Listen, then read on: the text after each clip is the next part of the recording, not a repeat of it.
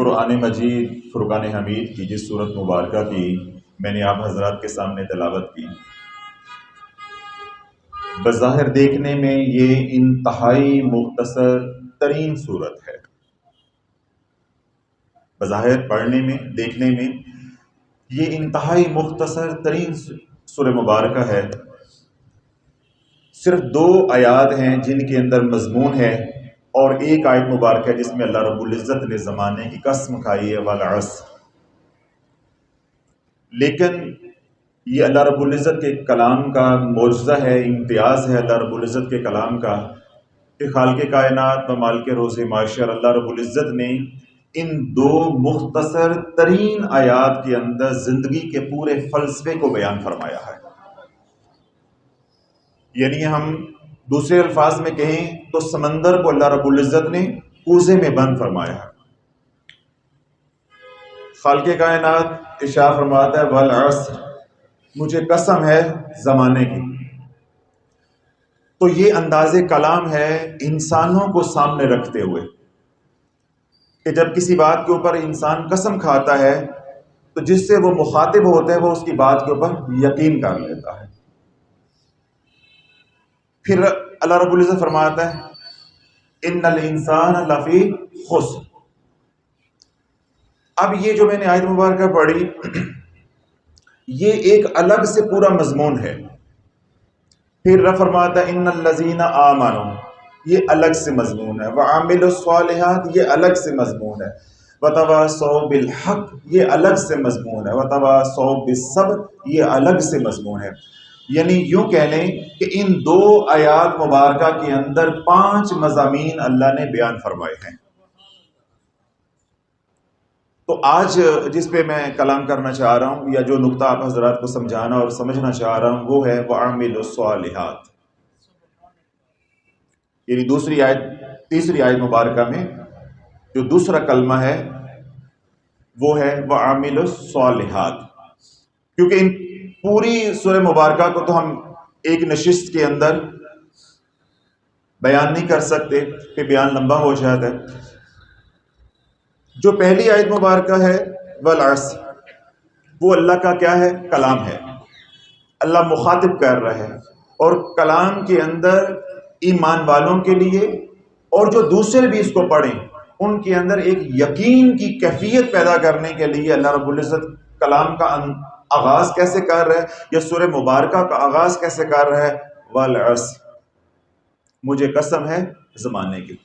اب اس میں ایک نقطہ، ایک بات میرے ذہن میں ابھی بات کرتے آئی ہے تو وہ بھی میں آپ کے گوش گزار کر دوں کہ یہ اللہ رب العزت ہی کا خاصہ ہے کہ وہ مخلوق میں سے جس کی چاہے قسم کھا لے۔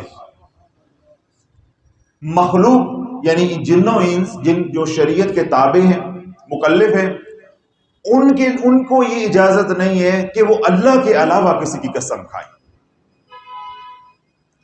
اللہ کے علاوہ یعنی غیر اللہ کی جو قسم کھائے گا وہ دائرہ اسلام سے خارج ہو جائے گا، وہ کافر ہو جائے گا۔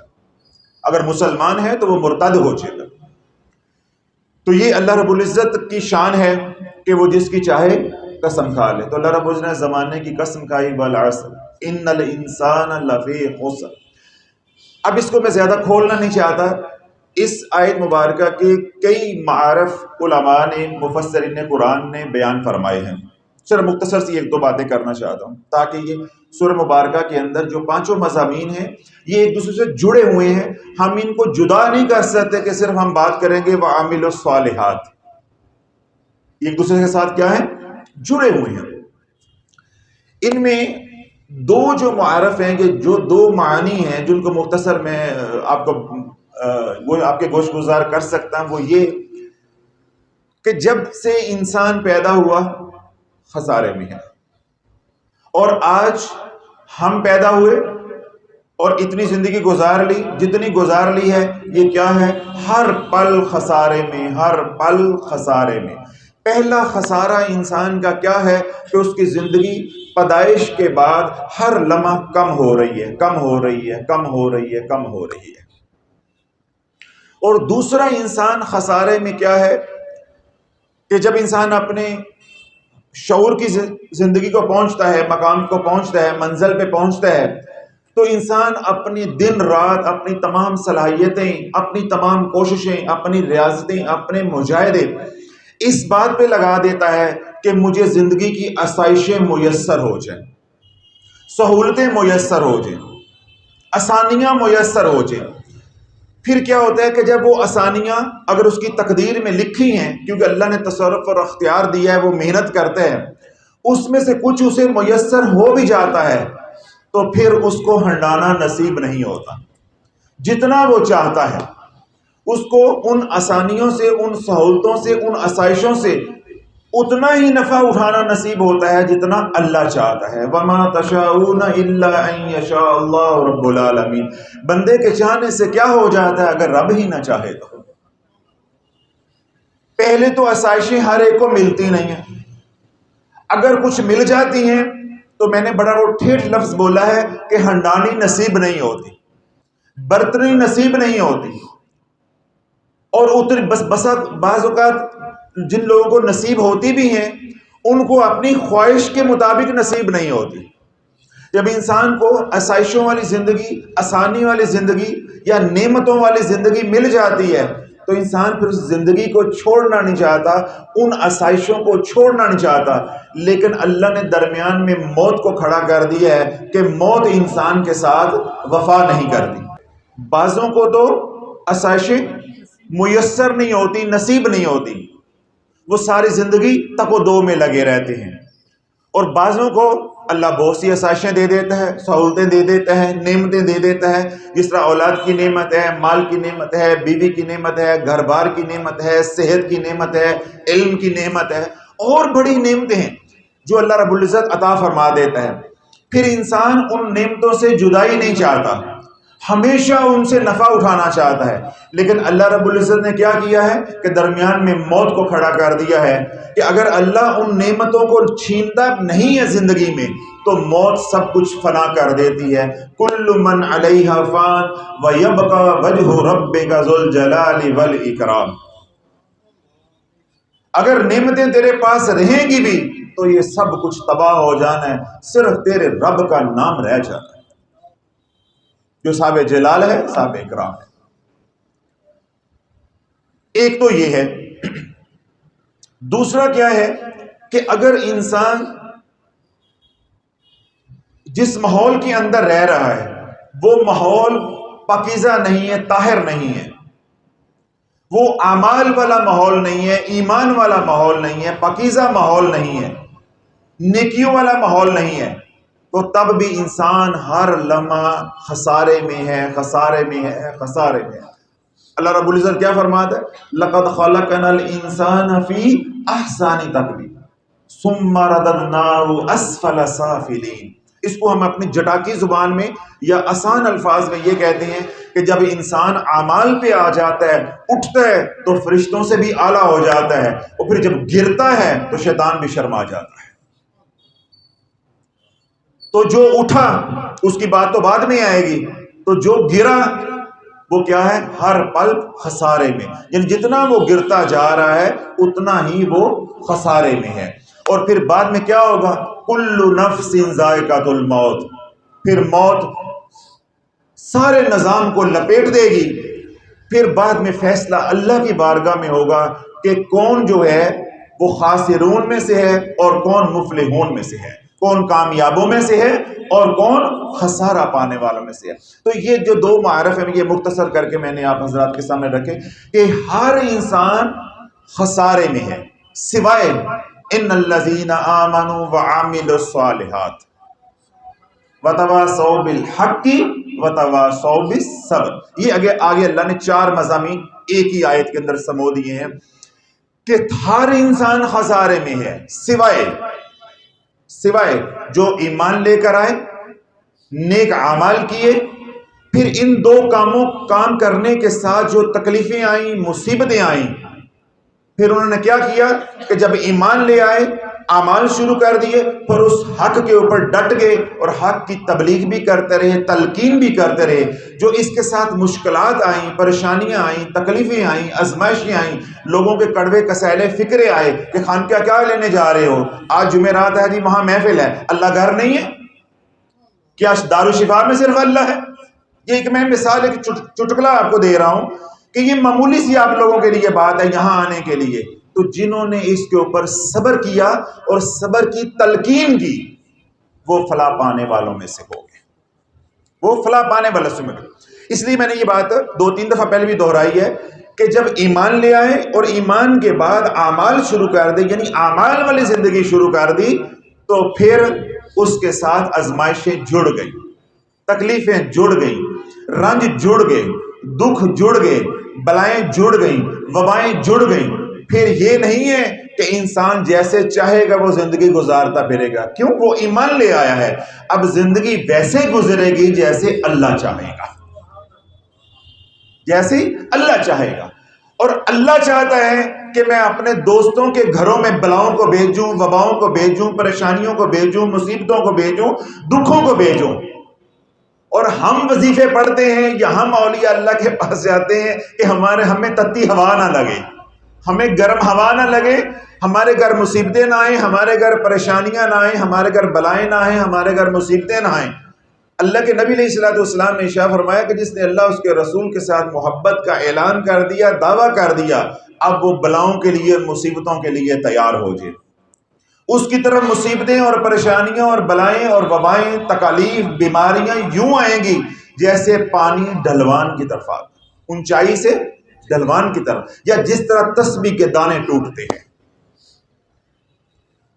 لیکن شرط کیا ہے؟ وَتَوَاصَوْا بِالْحَقِّ وَتَوَاصَوْا بِالصَّبْرِ.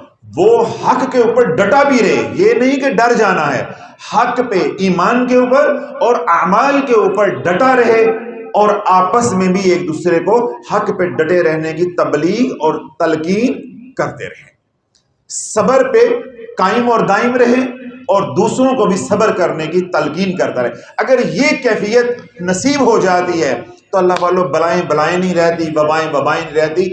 اللہ زحمت کے اندر رحمت کو نکال کے دکھاتا ہے. کبھی رات نہیں رہتی، دن نہیں رہتا.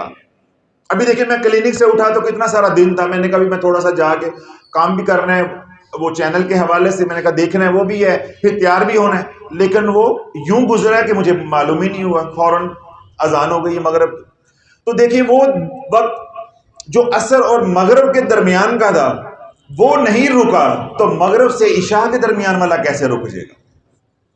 تو اگر عصر سے مغرب والا وقت خوشی کا تھا اور خدا نخواستہ مغرب سے عشاء والا وقت غم کا ہے، تو خوشی والا نہیں رکا تو غم والا کیسے رک جائے گا؟ تو حالات اللہ بدلتا رہتا ہے.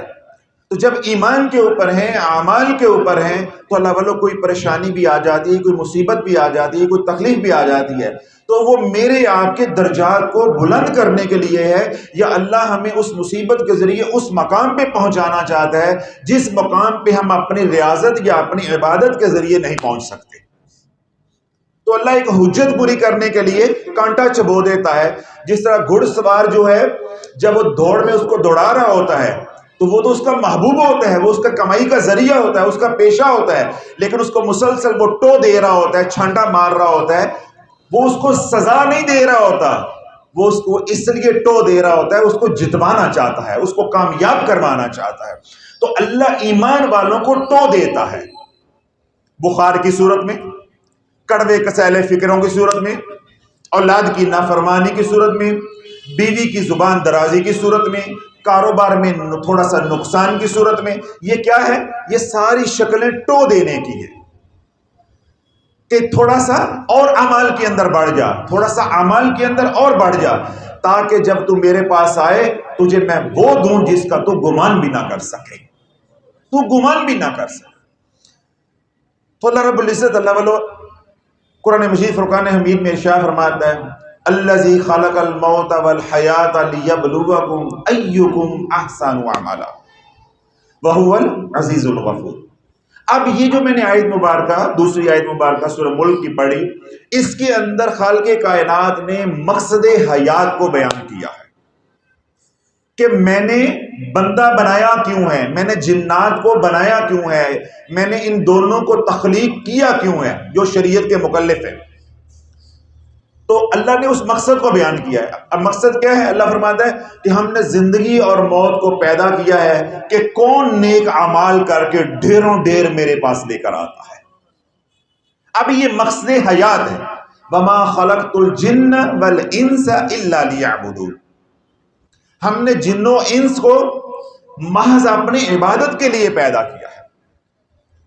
اب اللہ کو سجدہ کرنا یعنی نماز پڑھنا، حج کرنا، زکوٰۃ دینا، روزے رکھنا یا قتال کرنا، جہاد کرنا، صرف یہ عبادت نہیں ہے. صرف یہ عبادت نہیں ہے. اگر یہ عبادت ہے تو پھر رہبانیت کیا ہے؟ تو میں نے کئی بار بیان کیا، بلکہ ایک دفعہ میں نے زکریا ٹاؤن میں بھی بیان کیا کہ یہ وہ آیت ہے جس نے امت میں صوفیہ کو گمراہ کیا ہے. یہ جو میں نے ابھی آیت پڑھی، وما خلقت الجن والانس الا لیعبدون، یعنی جو زاہد اور عابد لوگ تھے وہ اس آیت کو پڑھ کے گمراہ ہوئے ہیں کہ انہوں نے اپنے آپ کو خانقاہوں کے اندر مقید کر لیا، مسلح کے ساتھ باندھ لیا، اور حقوق العباد کیا ہو گئے؟ پامال ہو گئے. ان عقل کے اندھوں کو یہ سمجھ ہی نہ آئی کہ کشتی پانی میں رکھنی ہے، پانی کشتی کے اندر نہیں آنے دینا. یہ کمال ہے ایمان والوں کا. ہم نے مخلوق کے ساتھ رہنا ہے لیکن مخلوق کی محبت دل میں نہیں آنے دینی. یہ نہیں کرنا کہ ہم نے ایک کونے میں جا کے مسجد کے بیٹھ جانا ہے یا خانقاہ کے کونے میں بیٹھ جانا ہے، سنجیاں ہو جان گلیاں وچ مرزا یار پھرے، نہ کوئی تکلیف گھر والوں کی، نہ بچوں کی، نہ اولاد کی، نہ کسی کا غم ہے نہ خوشی ہے. اللہ والو یہ رہبانیت نہیں ہے تو پھر اور کیا ہے؟ تو جب مخلوق کے ساتھ رہیں گے، آپ اپنے بیوی بچوں کے ساتھ رہیں گے، کاروبار بھی کریں گے، تو کیا ہوگا کہ ہر عمل کرتے ہوئے آپ دیکھیں گے میرے نبی کا طریقہ کیا ہے. غم آ گیا ہے تو غم کے اندر میں نے کیسے اللہ کی مدد کو طلب کرنا ہے، نبی کا طریقہ کیا ہے. خوشی آ گئی ہے، شادی آ گئی ہے یا کوئی اور اللہ نے نعمت دے دی ہے تو خوشی منانی کیا ہے، اللہ کے نبی کا طریقہ کیا ہے. تجارت کرنی ہے، دکان ہے یا کوئی اور کاروبار ہے، تجارت کرنی ہے تو میرے اللہ کے محبوب کا طریقہ کیا ہے. اور یہاں تک کہ بیت الخلاء میں جانا ہے، جو وقت وہاں گزارنا ہے وہاں نبی کا طریقہ کیا ہے. جو وقت بیوی کے پاس خلوت میں گزارنا ہے وہ نبی کا طریقہ کیا ہے. تو جو اللہ والو جو وقت جس عمل میں بھی گزارا، چاہے وہ دنیا کا ہے لیکن طریقہ نبی کا چلا، تو وہ عین عبادت ہے، وہ عین عبادت ہے. تو زندگی کیا ہو گئی؟ اعمال والی. جو اللہ نے احکامات شریعہ دیے ہیں ان پہ عمل کیا، اور عمل کرتے ہوئے ہم نے رستہ کس کا دیکھنا ہے؟ پیر کا یا نبی کا؟ نبی کا. اور اگر وہ واقعی پیر ہے تو پیر کا رستہ بھی نبی والا ہوگا، پھر وہ پیر کہلا سکتا ہے. اگر وہ شریعت کے تابع نہیں ہے یا شریعت کو اسے علم ہی نہیں ہے، جس طرح آج کل ہمارے ہاں ہے، پیری مریدی کو بدنام کر کے رکھ دیا ہے کہ تیری 5 ویلے تو ساڈی ہر ویلے، اس کا نام پیری مریدی ہو گیا ہے. خب بھائی جو 5 نہیں پڑھ سکتا وہ ہر ویلے کیسے پڑھ سکتا ہے؟ وہ ہر ویلے کیسے پڑھ سکتا ہے؟ اللہ نے حکم نماز پڑھنے کا نہیں دیا، اللہ نے حکم نماز کو قائم کرنے کا دیا. وَأَقِيمُوا الصَّلَاةَ وَآتُوا الزَّكَاةَ وَأَقْرِضُوا اللَّهَ قَرْضًا حَسَنًا. تو نماز قائم کیسے ہوتی ہے کہ جس نے پڑھی نہیں، ادا ہی نہیں کی، تو وہ قائم کیسے کرے گا؟ ہم نے مغرب کی نماز پڑھی، جس طرح نماز کے اندر ہم ہر گناہ سے بچے رہے، ایسے ہی نماز کے باہر عشاء تک ہر گناہ سے اپنے آپ کو محفوظ رکھا، بچا کے رکھا. تو وَأَقِيمُوا الصَّلَاةَ. اب ہم نے اپنے آپ کو گناہوں سے جب بچا لیا تو ہم نے نماز کو قائم کر لیا اللہ کی توفیق سے. وَمَا تَوْفِيقِي إِلَّا بِاللَّهِ. اللہ کی توفیق سے کوئی گناہ سے نہیں بچ سکتا. میں کہتا ہوں پوری توحید قرآن میں پڑھو، اللہ نے ایک ٹکڑے کے اندر، ایک فکرے کے اندر ایمان کو بند کیا ہے، وہ ہے لا حول ولا قوت الا باللہ العلی العظیم. اور یہ میں اکثر کہتا ہوتا ہوں کہ یہ شیطان کا پاس ورڈ ہے، یہ شیطان کا سوئچ ہے، چور سوئچ، جس سے اللہ اس کو جلاتا ہے، جس سے اللہ اس کو جلاتا ہے. اللہ نے شیطان کی موت اس فکرے کے اندر، اس آیت کے اندر رکھی ہے. طاقت دینے کی انتہا کر دی، تصرف دینے کی انتہا کر دی، چالیں ایسی چلتے ہیں کہ بڑے بڑے بزرگ جو ہے وہ مقام پہ پہنچ کے گمراہ ہو گئے، بھٹک گئے، کئی سال بھٹکے رہے، پھر جا کے اللہ نے ان کی توبہ قبول کی، اتنا وقت جو ہے وہ برباد ہو گیا نورانی چالوں کی وجہ سے، نورانی چالوں کی وجہ سے۔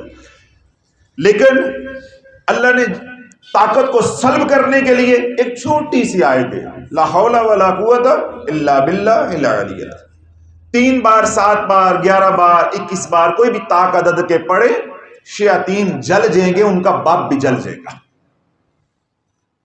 اور اگر یہ نہ آئے یا ذہن میں نہ آئے تو اعوذ باللہ من الشیطان الرجیم، اعوذ باللہ من الشیطان الرجیم۔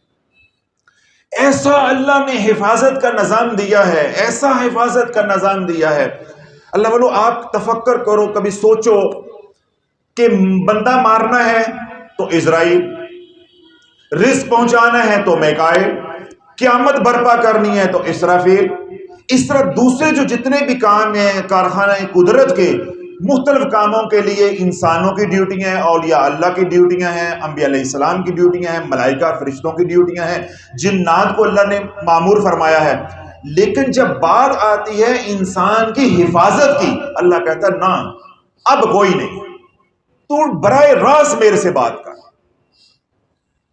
اب یہ میرا کام ہے کہ تیری حفاظت میں فرشتے کے ذریعے کرواؤں، بندے کے ذریعے کرواؤں، ولی کے ذریعے کرواؤں، نبی کے ذریعے کرواؤں، یا پھر میں تیرے دشمنوں کے ذریعے کروا کے دکھا دوں۔ صرف سجن نہیں، میں اس بات پہ بھی قادر ہوں کہ تیرے دشمن ہی تیرے محافظ بنا دو۔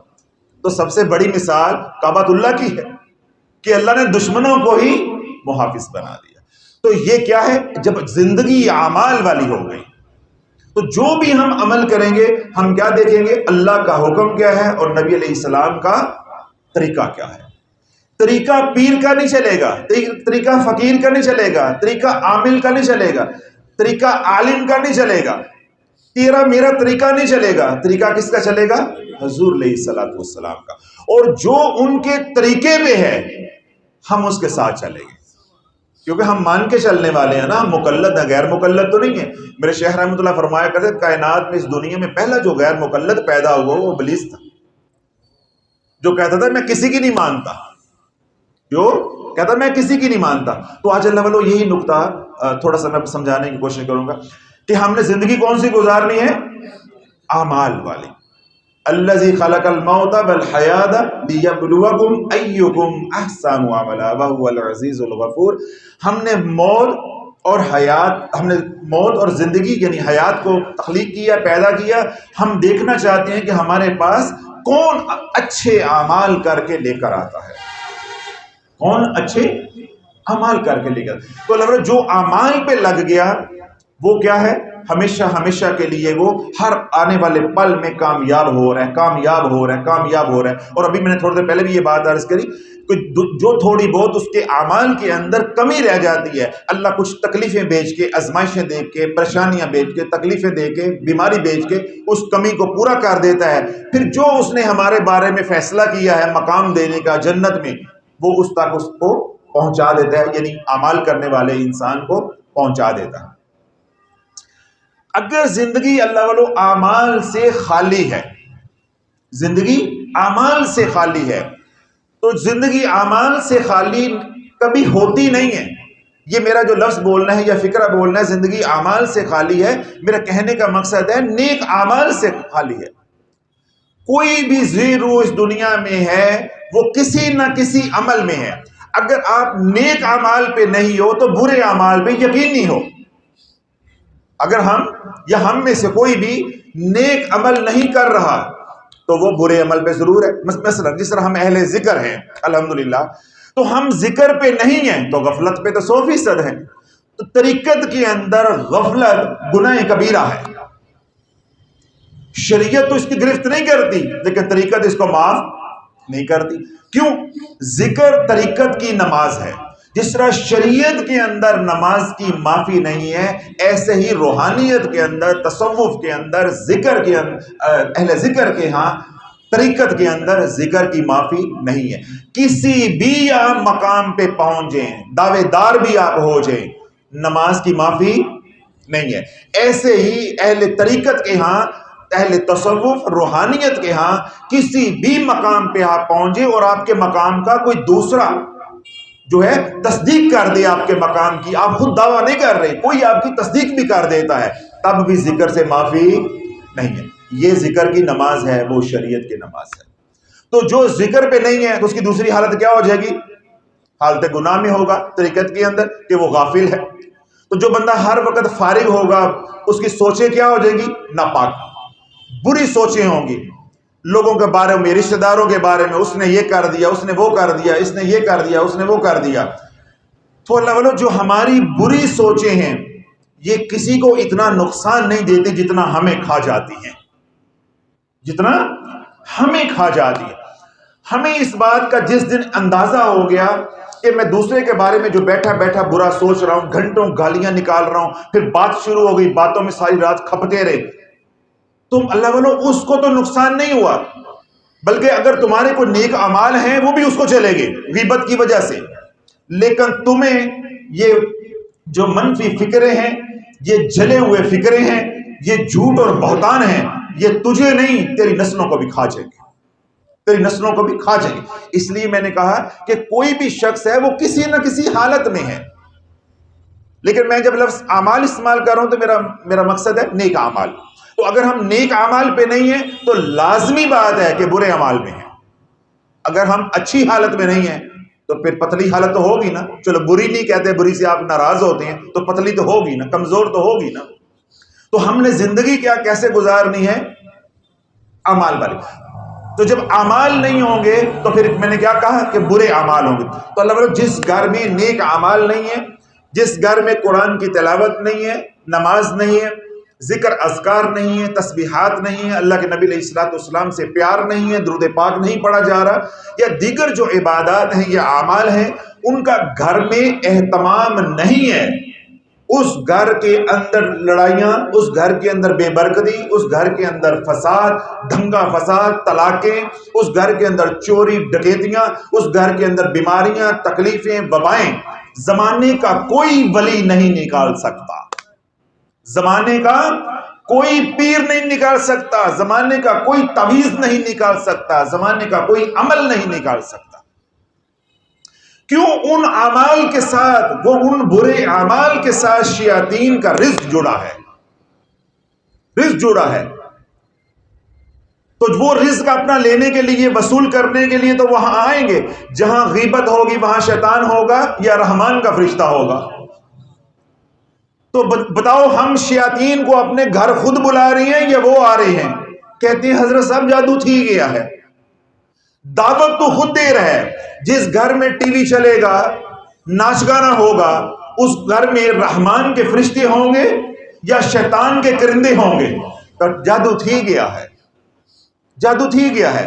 جس گھر میں سود کا پیسہ آئے گا، ذخیرہ اندوزی کا پیسہ آئے گا، رشوت کا پیسہ آئے گا، بولو اپنے دل پہ ہاتھ رکھ کے کہ رحمان کے فرشتے ہوں گے یا شیطان کے کرندے ہوں گے؟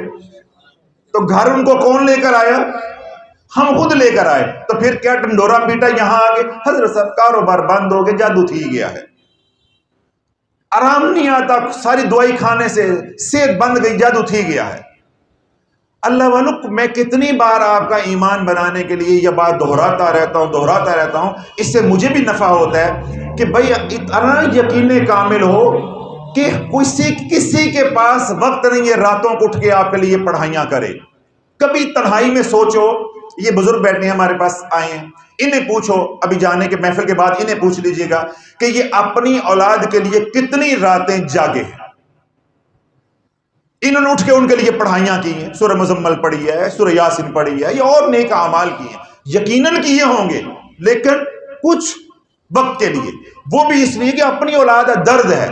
ہمسایوں کے لیے کتنے کیے، رشتہ داروں کے لیے کتنے کیے، دوستوں کے لیے کتنے کیے ہیں. میں تو اللہ والو یہاں تک کہتا ہوں کہ قیامت والے دن ہماری اس بات پہ پکڑ نہ ہو جائے، ہمیں ایک دن میں ہزاروں لوگ کہتے ہیں حضرت صاحب میرے لیے دعا کرنا، حضرت صاحب میرے لیے دعا کرنا. ہم تو ان کے مجرم ہیں، ہمیں بھول جاتا ہے. پھر جب یاد آتا ہے تو ہم یہی کہتے ہیں کہ یا اللہ جنہوں نے دعاؤں کے لیے کہا ہے ان کے حق میں ہماری التجاؤں کو قبول کر لے. یعنی ایک فکرے میں بات کو مکانے کی کوشش کرتے، ختم کرنے کی کوشش، ہم تو ان کے حقوق نہیں. تو اللہ والوں کس کے پاس وقت ہے راتوں کو اٹھ کے آپ کے لیے پڑھائیاں کرے، آپ کے کاروبار کو تباہ کرنے کے لیے، آپ کی صحت کو تباہ کرنے کے لیے؟ ہاں ہیں الا قلیل، وہ بدبخت ہیں، وہ الا قلیل، بہت کم ہے، وہ بہت کم ہیں. یہ جو 99% سے زیادہ لوگوں کے معاملات خراب ہیں، پریشان ہیں، یہ سارا جادو ہے برے اعمال کی وجہ سے، اور وہ ہم خود اپنے پہ کر رہے ہیں، وہ ہم خود اپنے پہ کر رہے ہیں. میں آپ کو ایک کلیے کی بات سمجھا دیتا ہوں، بس وہ آپ اگر ذہن میں اللہ پر رکھ لو گے تو کبھی آپ کی زبان سے یہ نہیں نکلے گا کہ میرے پہ جادو ہو گیا ہے. ہر حرام چیز میں اللہ نے رزق رکھا ہے شیاطین کا، ہر حرام چیز کے اندر اللہ نے رزق رکھا ہے شیاطین کا. ہمارا فضلہ ہے، پخانہ ہے، پیشاب ہے، ہمارے لیے وہ کیا ہے؟ ناپاک ہے، حرام ہے. شیطان کا اس میں رزق ہے، غیر مسلم جنات کا اس میں رزق ہے. جنات کا لفظ جب استعمال کروں تو پریشان نہ ہوا کرے، جنات ہمارے جو مسلمان ہیں وہ ہمارے بھائی ہیں. شیاطین یعنی میں جنات کا لفظ استعمال کرنے کا مطلب ہے غیر مسلم، کافر، شیاطین یا آل ابلیس جو ہے. تو ان کا رزق اللہ نے کہاں رکھا ہے؟ ہمارے پخانے کے اندر، ہمارے پیشاب کے اندر. اب جہاں پیشاب ہوگا، جہاں پخانہ ہوگا یا کوئی گندگی والی جگہ ہوگی، اب آپ یہ کہیں کہ وہاں پہ شیاطین نہ ہو، یہ کیسے ممکن ہے؟ ایک مسجد ہو تو نمازی نہ ہو، ایک خانقاہ ہو تو اہل ذکر نہ ہو، ایک سینما ہو تو تماشبین نہ ہو، یا ایک طائف کا کوٹھا ہو تو ایسے زانی اور بدکار نہ ہو. اللہ یہ چیزیں جڑی ہوئی ہیں آپس میں. جس طرح دکان ہے تو دکان پہ آپ کہیں جی دکان تو ہو لیکن گاہک نہ ہو، تو یہ کیسے ہو سکتا ہے؟ جہاں گندگی ہوگی وہاں شیاطین ہوں گے. پھر ایک ہے ظاہری گندگی ہونا اور ایک ہے اعمال کی گندگی ہونا، روح کی نجاست ہونا. جس طرح جھوٹ بولا جا رہا ہے، رشوت کا پیسہ کھایا جا رہا ہے، یا اور کسی کا حق سلب کیا جا رہا ہے، کوئی یتیم گھر میں رہتا ہے اس کی جائیداد پہ قبضہ کر لیا ہے، یا اور اس طرح کے کئی اعمال ہیں برے. ان میں سے کوئی ایک بھی گھر میں ہو رہا ہے تو اس گھر میں شیاطین کو کوئی مائی کا لال نہیں نکال سکتا. میں آپ کو ایک مثال دیتا ہوں اپنی. مجھے لاہور سے کچھ عرصہ پہلے ایک خاتون کا فون آیا، انہوں نے مجھے اپنا ایک خواب سنایا. مجھے کہنے لگے کہ حضرت صاحب میں نے خواب دیکھا ہے تو نہ مجھے دل کو سکون ہے نہ رات کو چین ہے، میں بڑی پریشان ہوں، تو مجھے بتائیں کہ یہ کیا معاملہ ہے. وہ خواب سے پہلے جب میں نے خواب سن لیا تو میں نے ان سے کچھ سوال کیے. میں نے کہا آپ نماز پڑھتی ہیں؟ انہوں نے کہا جی میں نماز پڑھتی ہوں، میرا خاوند نماز پڑھتا ہے، میرے بچے نماز پڑھتے ہیں، ہمارا گھر الحمدللہ تقریباً جو ہے وہ 5 وقت کی نماز پڑھتا ہے. میں نے کہا گھر کے اندر قرآن کی تلاوت ہوتی ہے؟ انہوں نے کہا جی قرآن کی تلاوت جتنی ہو سکتی ہے وہ کرتے ہیں، لیکن کم از کم سورہ یاسین جو ہے وہ پڑھتے ہیں، اور جو آپ نے ختم شریف بتایا ہوا ہے سلسلہ قادریہ شافیہ کا وہ ہم پڑھتے ہیں. تو الحمدللہ اللہ جو سلسلہ قادریہ شافیہ کا ختم پڑھ لیتا ہے تو قرآن کی تلاوت کہاں ادا ہو جاتا ہے. اس دور میں تو اتنی حافظ بھی نہیں کرتے جتنا وہ بڑا ختم شریف ہے. تو میں نے کہا ٹھیک ہے. جب نے سارا کچھ ٹٹول لیا، قرید لیا، تو کوئی بات مجھے نظر نہیں آئی جو مجھے خواب سنایا تھا اس کے حوالے سے. پھر میں نے انہیں پوچھا کہ آپ کا خاوند جو ہے وہ کیا کرتا ہے؟ انہوں نے کہا جی ایک محکمہ ہے اس میں ملازم ہے، یہ ملازمت کرتے ہیں. اب یہاں بات روکیا، پہلے خواب سن لیں پھر آپ کو یہاں سے میں بات جوڑ دوں گا. خواب میں نے دیکھا ہے کہ بلی کا گوشت ہے ہنڈیا کے اندر ڈال کے میں پکا رہی ہوں کچن کے اندر. اب بلی کا گوشت حلال ہے، لاہور میں تو کھوتا حرام ہو گیا ہوا ہے، میں نے ڈر کے آپ سے پوچھا ہے کہ کہیں میں ہی نہ غلط بول جاؤں.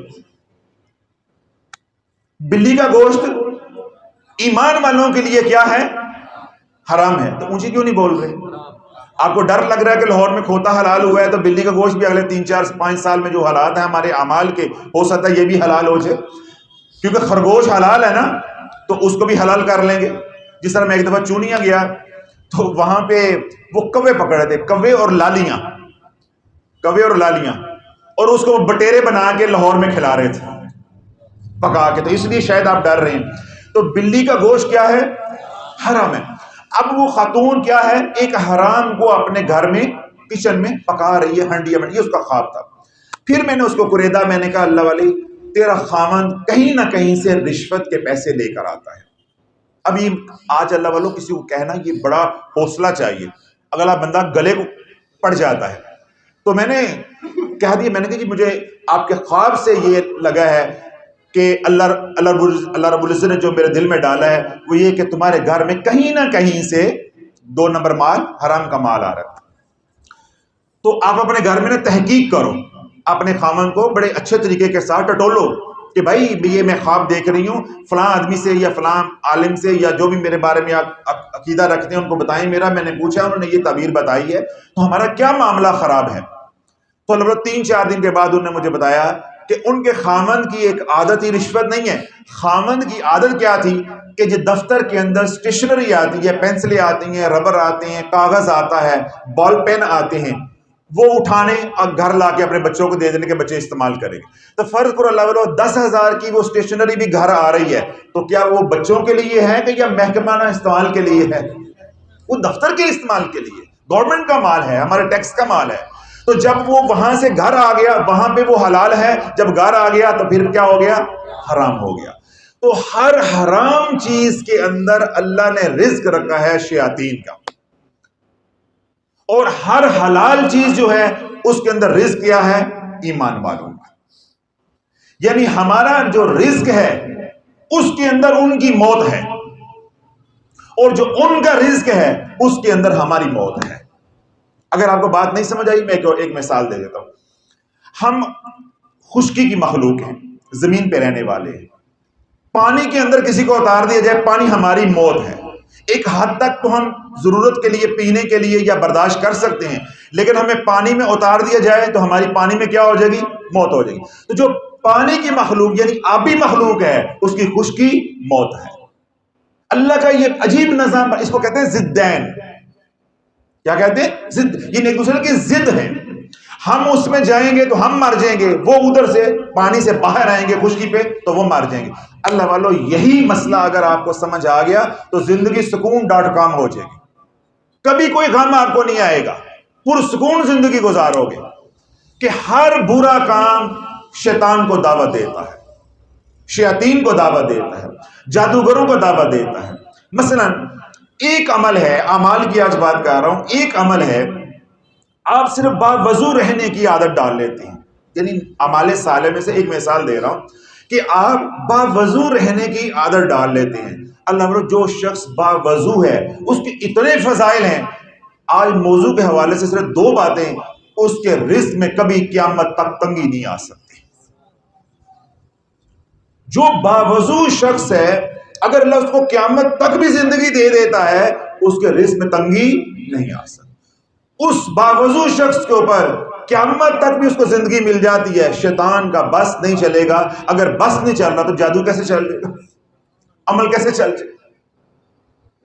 اور ایک بندہ اس کے برعکس ہے، وضو کے بغیر رہتا ہے، پیشاب کے قطرے گرے اس کا کوئی خیال نہیں کیا، پاکی نہ پاکی اس کا خیال نہیں کیا، اس طرح احتلام ہو گیا تو 4 گھنٹے پھرتے رہے، نہائے نہیں ہیں. تو اللہ والو وہ شیاطین کو خود بلا رہا.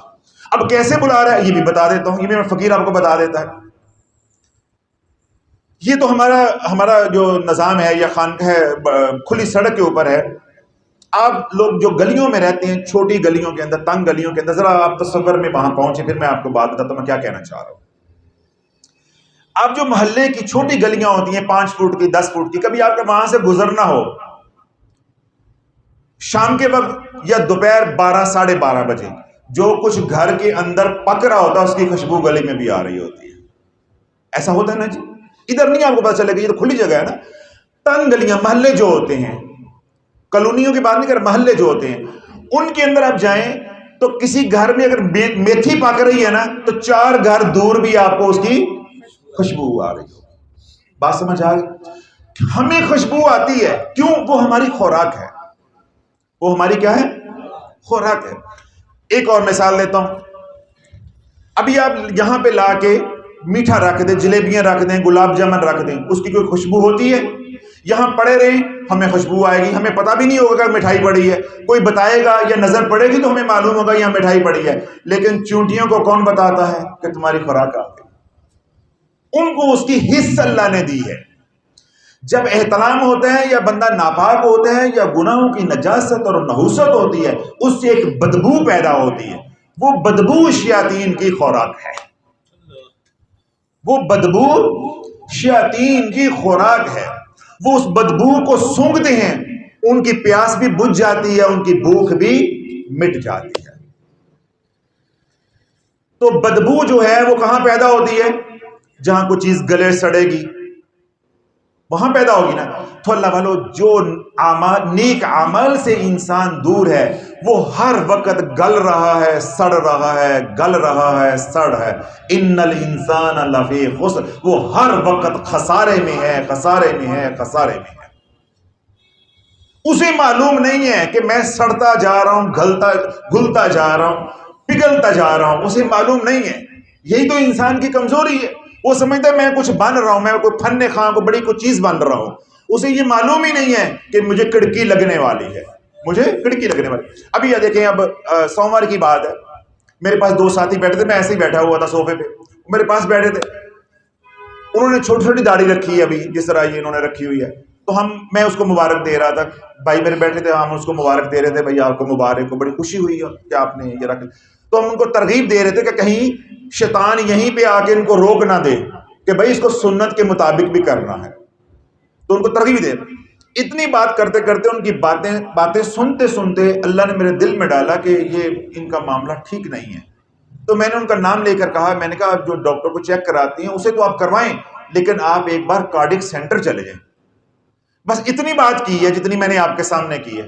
تو اس وقت اللہ والو اس بندے کے اوپر ہارٹ اٹیک ہو رہا تھا، اس کو فوراً بھاگم بھاگ سٹی پہنچایا، پھر میں نے بچوں کو بھیجا، گاڑی بھیجی۔ اب سٹی ہاسپٹل کی ایمرجنسی مجھے فون آیا ڈاکٹر کا، وہ ڈاکٹر تھر کہاں پر آؤ، کہتے اس کو نکالو، ہارٹ اٹیک ہو رہا ہے ان کو ایک قدم نہیں چلنے دینا، ویل چیئر پہ بٹھایا ہوا تھا۔ تو اب میرے پاس کیا ہے، سیڑھیاں چڑھ کر آئی ہیں، باتیں کر رہی ہیں، چائے پی ہے، سیڑھیاں اتر کے گئے ہیں، لیکن اندر خسارہ ہو رہا ہے، خسارہ ہو رہا ہے، جس کا علم نہیں تھا۔ جب جن کو علم ہے، جب ان کے پاس گئے تو وہ کانپ گئے، انہوں نے کہا نہیں آپ نے ایک قدم نہیں چلنا، اس ویل چیئر پہ بیٹھے، انہوں نے فوراً اس کو مریض بنا دیا۔ پھر 3 دن وہ کارڈک سینٹر میں رہے ہیں، اللہ پاک نے کرم کیا وہ ڈسچارج ہوئے۔ اب دیکھیں یہ اندر سے انسان لٹ رہا ہے، موت کے منہ میں جانے والے تھے، لیکن اللہ نے کوئی اسباب پیدا کر دی، ہمیں ذریعہ بنا دیا، بچوں کو یہاں متعلقین کو ذریعہ بنا دیا ان کی جان بچانے کا، جان بچ گئی، لیکن اندر کیا ہو رہا تھا؟ تو اللہ والو جو نیک اعمال سے دور ہے اس کا ہر پل اندر سے کیا ہو رہا ہے؟ خسارہ ہو رہا ہے، ہر پل اندر سے خسارہ ہو رہا ہے۔ اور جو شخص اعمال کیے بغیر، نیک اعمال یعنی ایمان لائے بغیر اور نیک اعمال کیے بغیر اس دنیا سے چلا گیا، یا ایمان تو لے کر آیا لیکن توبہ کیے بغیر اس دنیا سے چلا گیا، پھر وہ کیا ہے؟ ہمیشہ ہمیشہ کا خسارہ ہے، پھر نہ اس کا کوئی مداوع ہے، نہ اس کا کوئی چھٹکارا ہے، نہ اس کا کوئی کفارہ ہے، کسی بھی طرح وہ مسئلہ حل ہونے والا نہیں ہے، پھر وہ ناکامی کیا ہے؟ ہمیشہ ہمیشہ کی ناکامی۔ فقد خواب من دساها، ہمیشہ ہمیشہ کے لیے جس کا نفس آلودہ ہو گیا وہ ناکام ہے، لیکن رب کے جہاد ہے قد افلح، تم کامیاب ہو جاؤ، تم ایسے اعمال لے کر آؤ، ایسی زندگی لے کے آؤ، ایسا پاکیزہ نفس لے کر آؤ کہ تم کامیاب ہو جاؤ۔ تو کامیابی کس کے ساتھ جڑی ہے؟ اعمال کے ساتھ۔ تو جب ایک بار ناکام ہو گیا تو پھر کیا ہوگا؟ ان الذین کفروا من اہل الکتاب والمشرکین فی نار جہنم خالدین فیہا اولئک ہم شر البریہ، ہمیشہ ہمیشہ کے لیے کوئی رستہ نہیں اللہ والو واپسی کا۔ اور آج مسلمان یہ کہتا ہے، وہ کہتا ہے تھوڑا جا کھا لو دیکھی جائے گی، یہ کر لو دیکھی جائے گی، وہ کر لو دیکھی جائے گی، اور یہ یار یہ نچا لو لڑکیاں، خوشی کا موقع ہے، شادی کا موقع، وہ دیکھی جائے گی۔ بھائی جب دیکھی جائے گی، اب میرے سامنے بندہ مر رہا تھا، کون مائی کا لال تھا جو اس کو زندگی دے دیتا؟ سب اللہ نہ کرے انہیں ہارٹ اٹیک مکمل ہو جاتا اور وہ اس میں ان کی موت واقع ہو جاتی، تو پھر یہ جو کچھ بھی انہوں نے بنایا یا کمایا، بلکہ مجھے بعد میں پتا چلا کہ وہ ہارٹ اٹیک سے پہلے میرے پاس آنے سے پہلے یہاں چیز اپ سٹور پہ شاپنگ کرتے رہے ہیں بچوں کے لیے، تو اللہ نہ کرے وہ مر جاتے تو ساری خوشیاں دھری کی دھری رہ جاتی تھی۔ دھری کی دھری رہ جاتی. اور انسان کو شیطان نے کتنا مطمئن کیا ہوا ہے کہ تو ابھی جوان ہے، 35 سال کا ہے، وہ تو اس لیے مرا ہے کہ ہارٹ اٹیک ہے، وہ تو اس لیے مرا ہے کہ اس کی عمر 55 سال تھی، 60 سال تھی، وہ تو بوڑھا ہو گیا، تو جوان ہے. اچھا، جو بوڑھا ہے اس کو یہ مطمئن کیا ہوا ہے تو تیرے جو ہم عمر ہے وہ تو اس لیے مر گیا نا، اس کو فلاں بیماری تھی، تجھے تو کوئی بیماری نہیں ہے نا، بے شک تیری عمر اس کے برابر ہے. تو مطمئن اس نے ہر عمر کے بندے کو کیا ہوا ہے. یہ نہیں صرف نوجوانوں کو مطمئن کیا ہے، جو ہماری طرح کے درمیانی عمر کے ان کو بھی مطمئن کیا ہے. یہاں تک جو موت کے منہ میں ہے، جن کی زندگی اجیرن ہوئی ہے، جن کو موت مانگنی چاہیے، جس کی اجازت نہیں ہے لیکن موت مانگنی چاہیے، ان کے لیے موت ہی بہتر ہے، ان کو بھی مطمئن کیا ہوا ہے، ان کو بھی مطمئن کیا ہوا. تو اگر خدا نہ خواستہ خسارہ ہو جاتا ہے تو پھر کیا ہے؟ ہمیشہ ہمیشہ کا خسارہ ہے، پھر اس کا کوئی مداوع نہیں ہے. تو اللہ رب العزت کیا فرماتا ہے؟ ان الذین آمنوا وعملوا الصالحات وتواصوا بالحق وتواصوا بالصبر. ایمان لائے، نیک اعمال کرو، نیک اعمال کرتے ہوئے جو تمہیں تکلیفیں آئیں، پریشانیاں آئیں، مصیبتیں آئیں، اس پہ ڈٹے رہنے کی دوسرے کو تلقین بھی کرو، تبلیغ بھی کرو. کون کیا کرنا ہے؟ کہ حق پہ ڈٹے رہنا ہے اور حق کی تبلیغ کرنی ہے.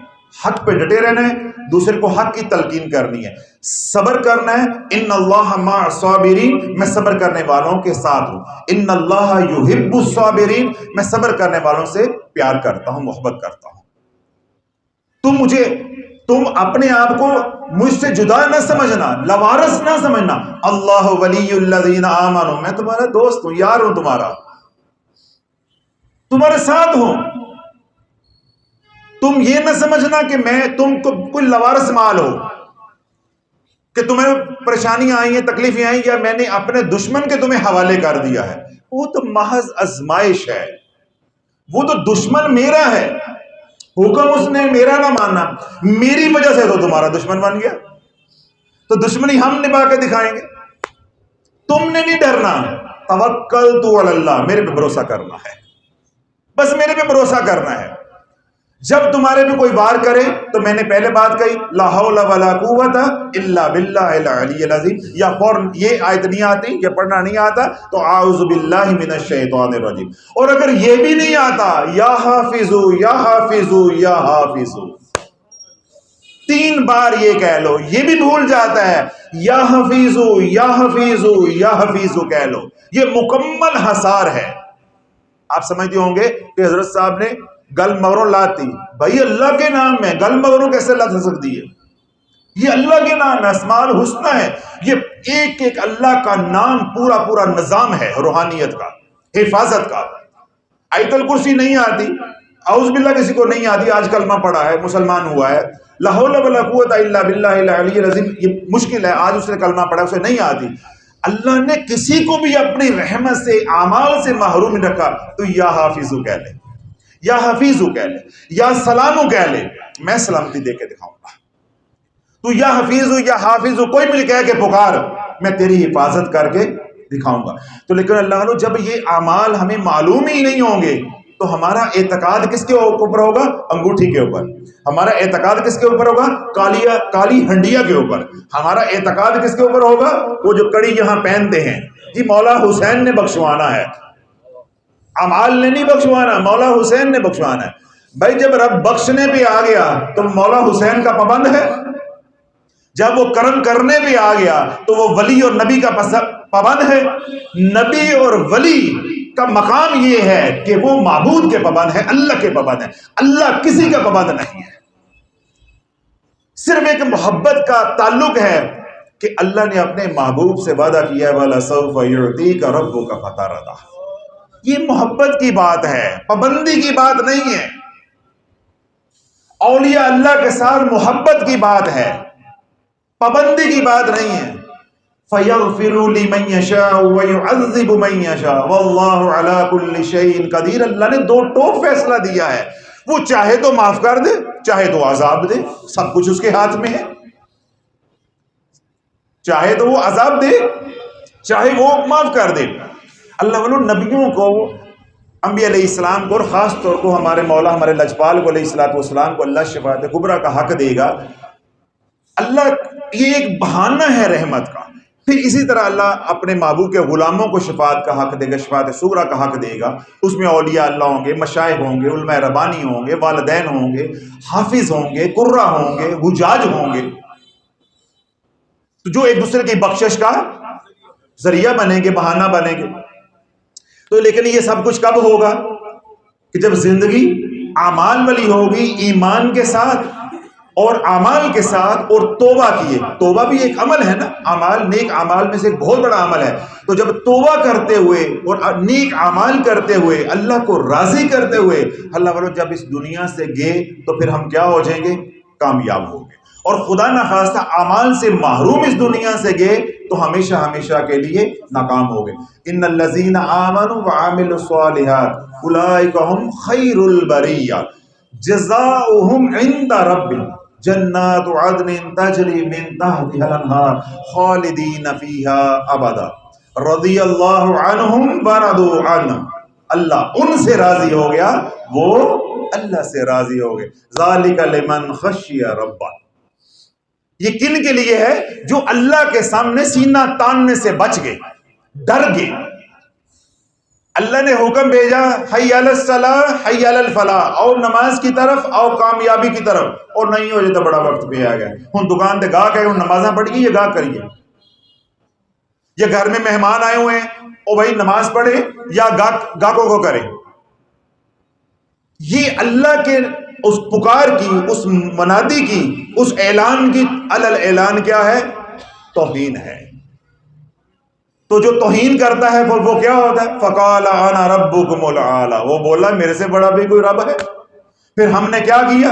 فاخذہ اللہ نکال الآخرۃ والأولی ان فی ذلک العبرۃ لمن یخشی. ہم نے اس کی دنیا بھی اور آخرت بھی برباد کر دی. ہے پھر فرعون کے قصے سے کوئی عبرت حاصل کرنے والا؟ ہم نے نشان عبرت بنا دیا جس نے سینہ تانا ہمارے سامنے.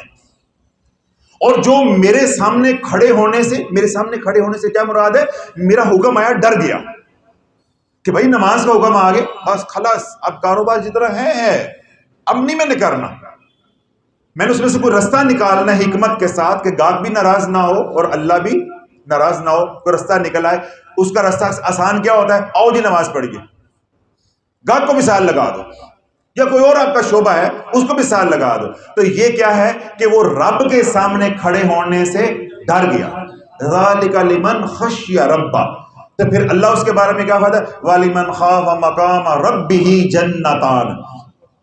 جو میرے سامنے کھڑے ہونے سے ڈر گیا، خوف کھا گیا، اس کو ایک نہیں ایک سے زیادہ جنتیں عطا کروں گا، ایک سے زیادہ جنتیں عطا کروں گا.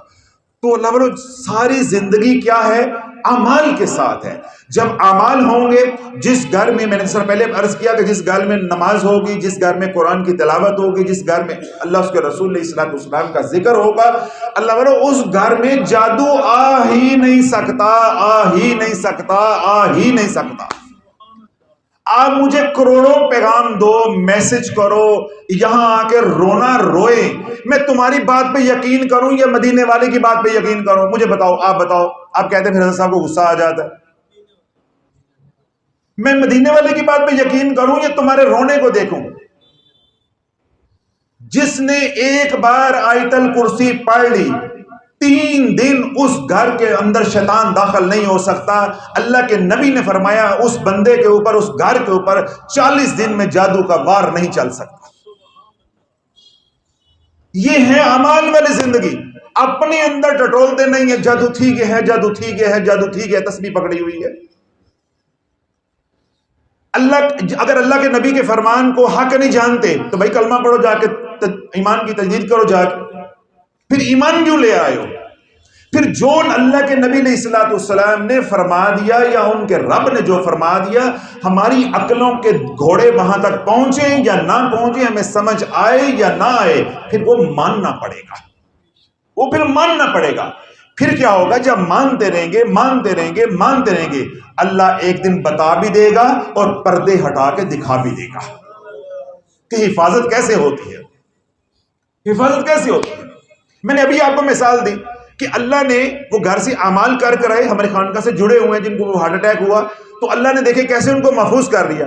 وہی ہارٹ اٹیک وہ چلتے سڑک پہ ہو جاتا، بے یارو مددگار پڑے رہتے. کب گاڑی آتی، کون لے کر جاتا، کیا ان کے ساتھ ہوتا. یہاں اللہ نے کیا ہے ایک باعزت طریقے کے ساتھ ماحول بنا دیا، ساری سہولتیں تھی. اللہ نے اتنی مجھے اولاد دی ہوئی ہے، تعلقات دیے ہوئے ہیں. 2-4 لوگوں کو میں نے کہا، بلکہ آپ کے ہمارے یہاں کے ساتھی ہیں وہ کارڈک سینٹر میں ہوتے ہیں، 3-4 اور ڈاکٹروں کو میں نے کہہ دیا. الحمدللہ میں ایک بار بھی نہیں گیا، سارا میں نے صوفے پہ بیٹھے بیٹھے 10 منٹ میں کر دیا. اس کے بعد میں بے فکر ہو گیا. میں کہ بھائی جتنا ہم کر سکتے تھے انسان کر سکتا ہے، اب تیرا علاج بھی ہو رہا ہے، باقی زندگی موت کا مالک یہی و یمیت وہو علی کل شیء قدیر. اب وہ تو ہمارے بس میں نہیں ہے. ہمارے بس میں کیا ہے، پیچھے رہ کے ہم دعا کر سکتے ہیں. تو اعمال نے دیکھیں رسوا ہونے سے، ذلیل ہونے سے بچا. پھر سب سے بڑا کرم کیا ہوا کہ جب نکلے تو میں نے کہا 7 بار پڑھو حسبی اللہ لا الہ الا هو علیہ توکلت وهو رب العرش العظیم. پچھلے بیان میں بھی میں نے یہ بات کہی کہ جس نے 7 بار پڑھ لیا اور غیر یقینی کے ساتھ پڑھا. ایک بیان میں نے فکرہ بولا تھا، آج پھر میرے ذہن میں آ گیا ہے کہ یہ لطیفہ نہیں ہے، یہ مذاق نہیں ہے کہ کچھ پڑھو تو غیر یقینی کے ساتھ پڑھو. اللہ نے کہا ہے کہ غیر یقینی کے ساتھ پڑھو. اللہ نے محبوب کی زبان سے کہلایا غیر یقینی سے پڑھو. اللہ نے داؤد علیہ السلام سے کہلوایا غیر یقینی کے ساتھ بھی پڑھو. جس نے غیر یقینی کے ساتھ بھی کہہ دیا حسبی اللہ الحسیب حسبی اللہ لا الہ الا هو علیہ توکلت وہو رب العرش العظیم 7 بار کہہ دیا، مدد آ کے رہے گی، مدد آ کے رہے گی، مدد آ کے رہے گی. ہر عمل کے ساتھ یقین شرط ہے.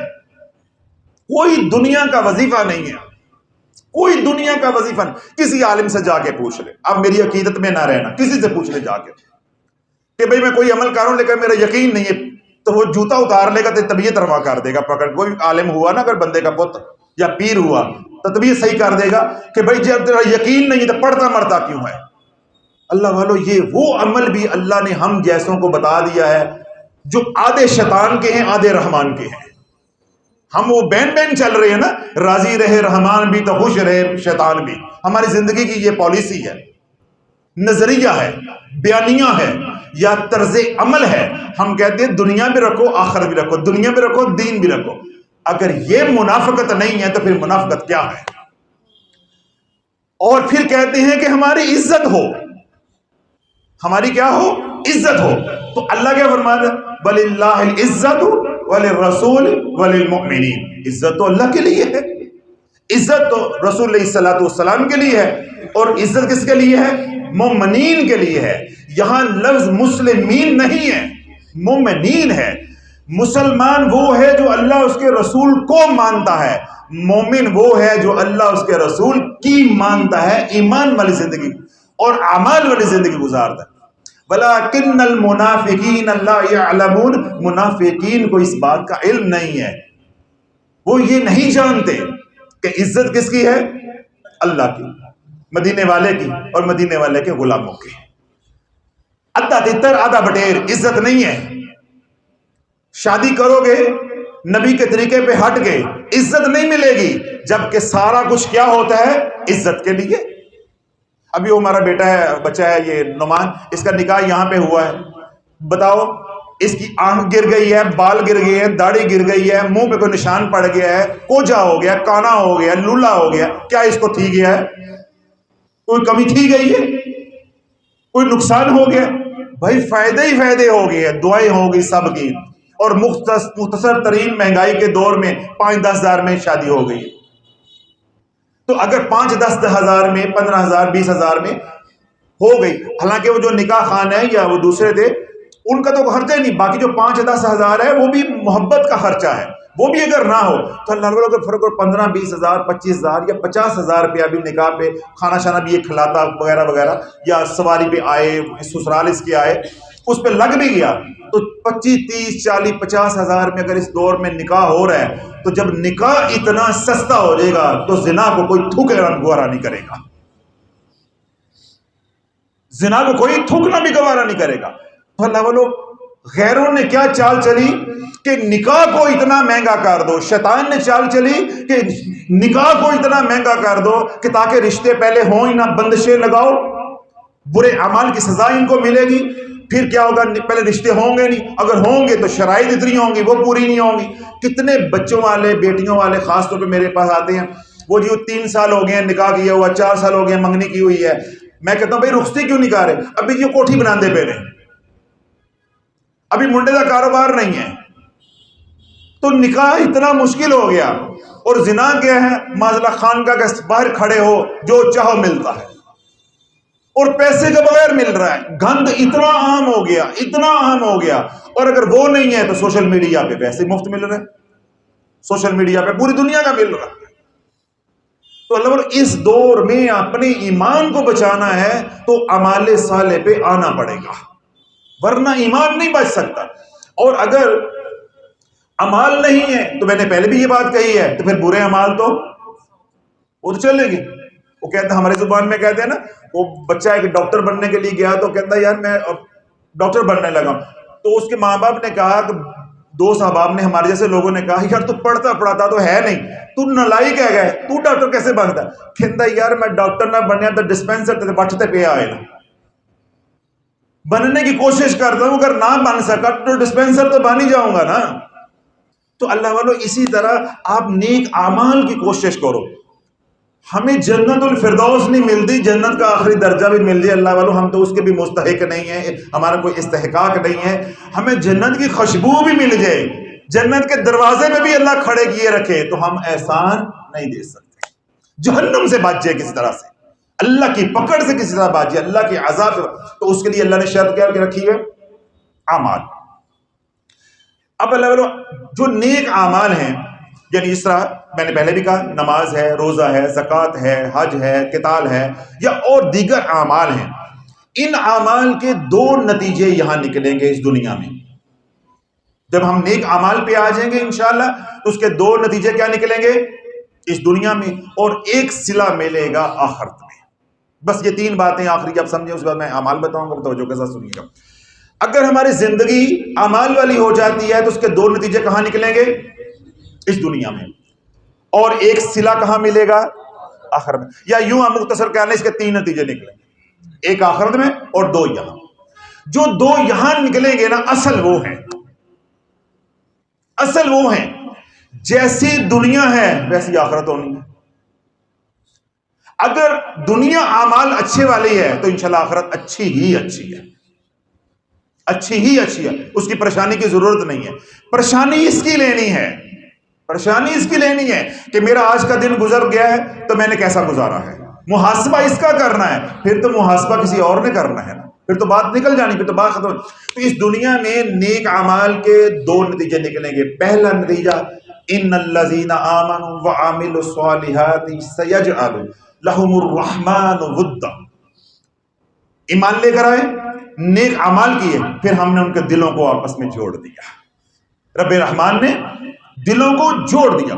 پہلا نتیجہ نیک اعمال کا اللہ والو نکلے گا کہ اللہ دلوں کو جوڑ دے گا، یا یوں کہہ لیں کہ نیک اعمال دلوں کو جوڑنے کا ذریعہ ہے. اب مجھے بتاؤ کہ گھروں میں لڑائیاں، گھروں میں نفرتیں، بھائی بھائی کی نہیں بنتی، بھائی بہن کی نہیں بنتی، بیٹی کی ماں سے نہیں بنتی، بیٹے کی باپ سے نہیں بنتی، بہو سے نہیں بنتی، تو کیسے بنائیں؟ تویزوں کے ساتھ بنے گی، اعمال سے بنے گی. اس گھر میں جب قرآن جائے گا، اس گھر میں جب نماز جائے گی، اس گھر میں ذکر الہی و ذکر مصطفیٰ علیہ السلام جائے گا، اس گھر میں روزے جائیں گے، اس گھر میں اللہ والوں کی غلامی جائے گی. جب نیک اعمال جائیں گے تو اللہ نے کیا وعدہ کیا ہے؟ ہم ان کے دلوں کو آپس میں جوڑ دیں گے، دلوں کو جوڑ دیں گے. اب آپ نماز پڑھتے ہیں کس کے لیے؟ روزہ رکھتے ہیں کس کے لیے؟ ذکر الہی و مصطفیٰ علیہ السلام کرتے ہیں کس کے لیے؟ جتنے بھی نیک اعمال ہیں، یا یہاں آپ خان کبھی تشریف لے کر آئیں یا میں حاضر ہوا ہوں، تو ہم سب کا مطلوب کیا ہے؟ اللہم انت مقصودی و رضا کا مطلوبی. مقصود اللہ اور رضا اس کی مطلوب ہے. یہ ہمیں سب کی نیت ہے، ایسے ہی ہے. تو جب ہم اعمال کریں گے تو ہمارا مقصود اور مطلوب کیا ہے؟ اللہ راضی ہو جائے. تو اللہ والوں جو اعمال ہیں ان کے دو نتیجے اس دنیا میں نکلتے ہیں. ایک تو اللہ ان اعمال کی برکت سے آپس کے دل جوڑ دیتا ہے، بندوں کے ساتھ دلوں کو جوڑ دیتا ہے. اور دوسرا، نیک اعمال کی برکت سے بندے اللہ سے جڑ جاتے ہیں. اب ساری کہانی سمجھ آ گئی کہ میں اگر آپ کو اعمال بتاتا ہوں، کچھ پڑھنے کے لیے بتاتا ہوں، کوئی وظیفہ بتاتا ہوں، کوئی ورد بتاتا ہوں، تو اس کا مقصود اور مطلوب کیا ہے؟ کہ ہماری زندگی میں اعمال آ جائے، ہماری زندگی میں اعمال آج ہے، ان اعمال کی برکت سے ہمارے گھر کا ماحول بدلے گا، فیکٹری کا ماحول بدلے گا، دفتر کا ماحول بدلے گا، کاروبار کی جگہ کا ماحول بدلے گا، حکومت کے ایوانوں میں اگر اعمال چل جاتے ہیں تو حکومت کے ایوانوں کا ماحول بدلے گا، دلوں میں جو نفرتیں ہیں، رنجشیں ہیں، بغض ہے، کینہ ہے، حسد ہے، وہاں کیا ہوں گے؟ یاریاں ہوں گی، محبتیں ہوں گی، الفتیں ہوں گی۔ تو شرط کیا ہے؟ اعمال۔ تو اعمال کا پہلا نتیجہ یا پہلا صلہ یا پہلا ثمر کیا ہوگا؟ کہ اللہ دلوں کو جوڑ دے گا۔ اور دوسرا ثمر کیا ملے گا یا صلہ اس دنیا میں کیا ملے گا؟ کہ بندے کا اللہ کے ساتھ تعلق مضبوط ہو جائے گا۔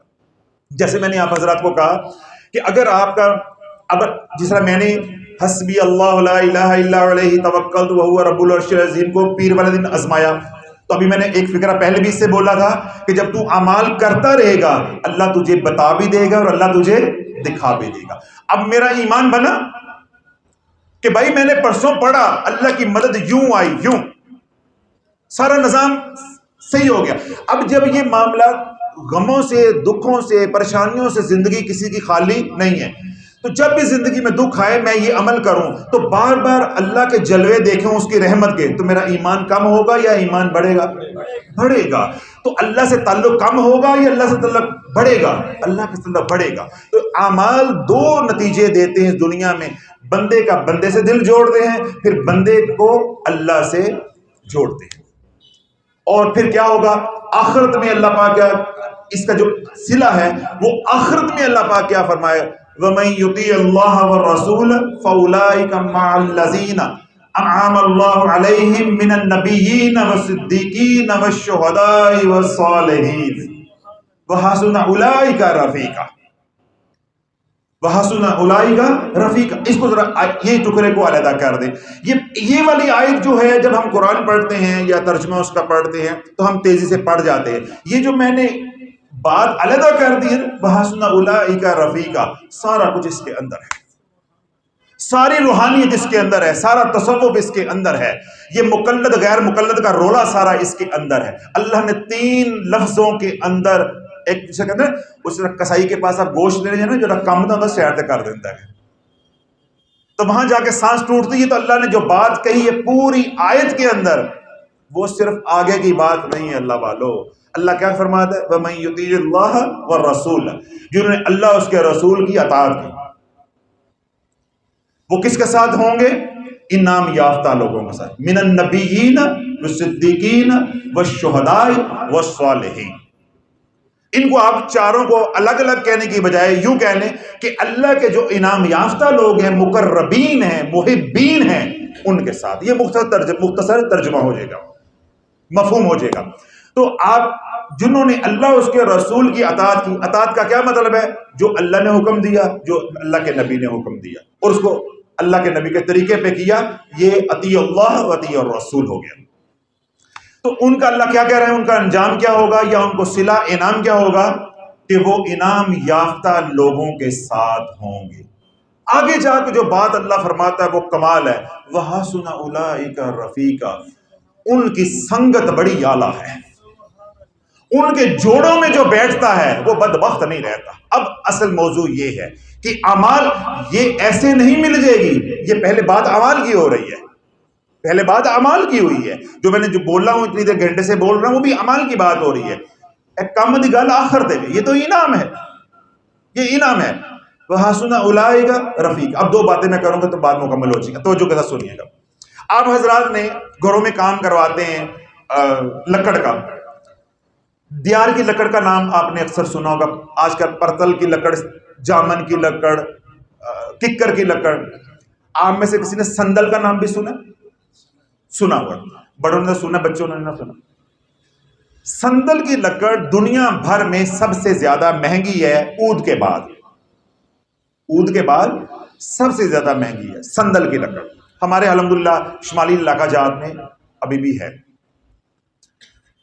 سندل کی جو لکڑ ہے، سندل کی لکڑ کا اللہ والو جو برادہ ہے نا، وہ بھی 5,000 روپیہ کلو بکتا ہے، 5-6 ہزار، جہاں کوئی مرے مارتے ہیں وہ، اتنی مہنگی وہ لکڑ ہے۔ اب سندل کی لکڑ کا کمال ذرا سنیں۔ جہاں سندل کا درخت ہوتا ہے وہ اپنے گھیرے، اپنے دائرے کے اندر 200-250 میٹر کے اندر جتنے بھی درخت ہوتے ہیں اپنی خوشبو میں ان کو رنگ دیتا ہے.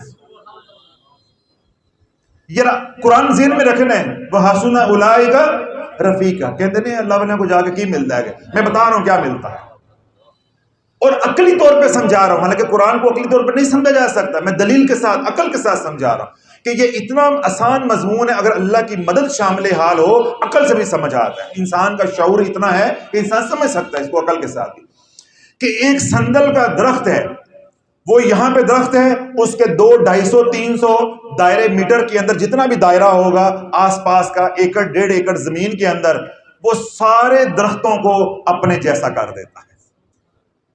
اس لیے میرے آپ جیسا آدمی جس کو شناسائی نہیں ہے, جس کا پیشہ نہیں, شناسائی نہیں ہے, ہم جب اس جنگل میں داخل ہوں گے ہم کہیں گے یہ بھی سندل کا درخت ہے, اس میں بھی خوشبو آ رہی, یہ بھی سندل کا ہے, اس میں بھی خوشبو آ رہی, یہ بھی سندل کا ہے. حالانکہ وہ سندل کا تو وہ ہے ہی نہیں ہے.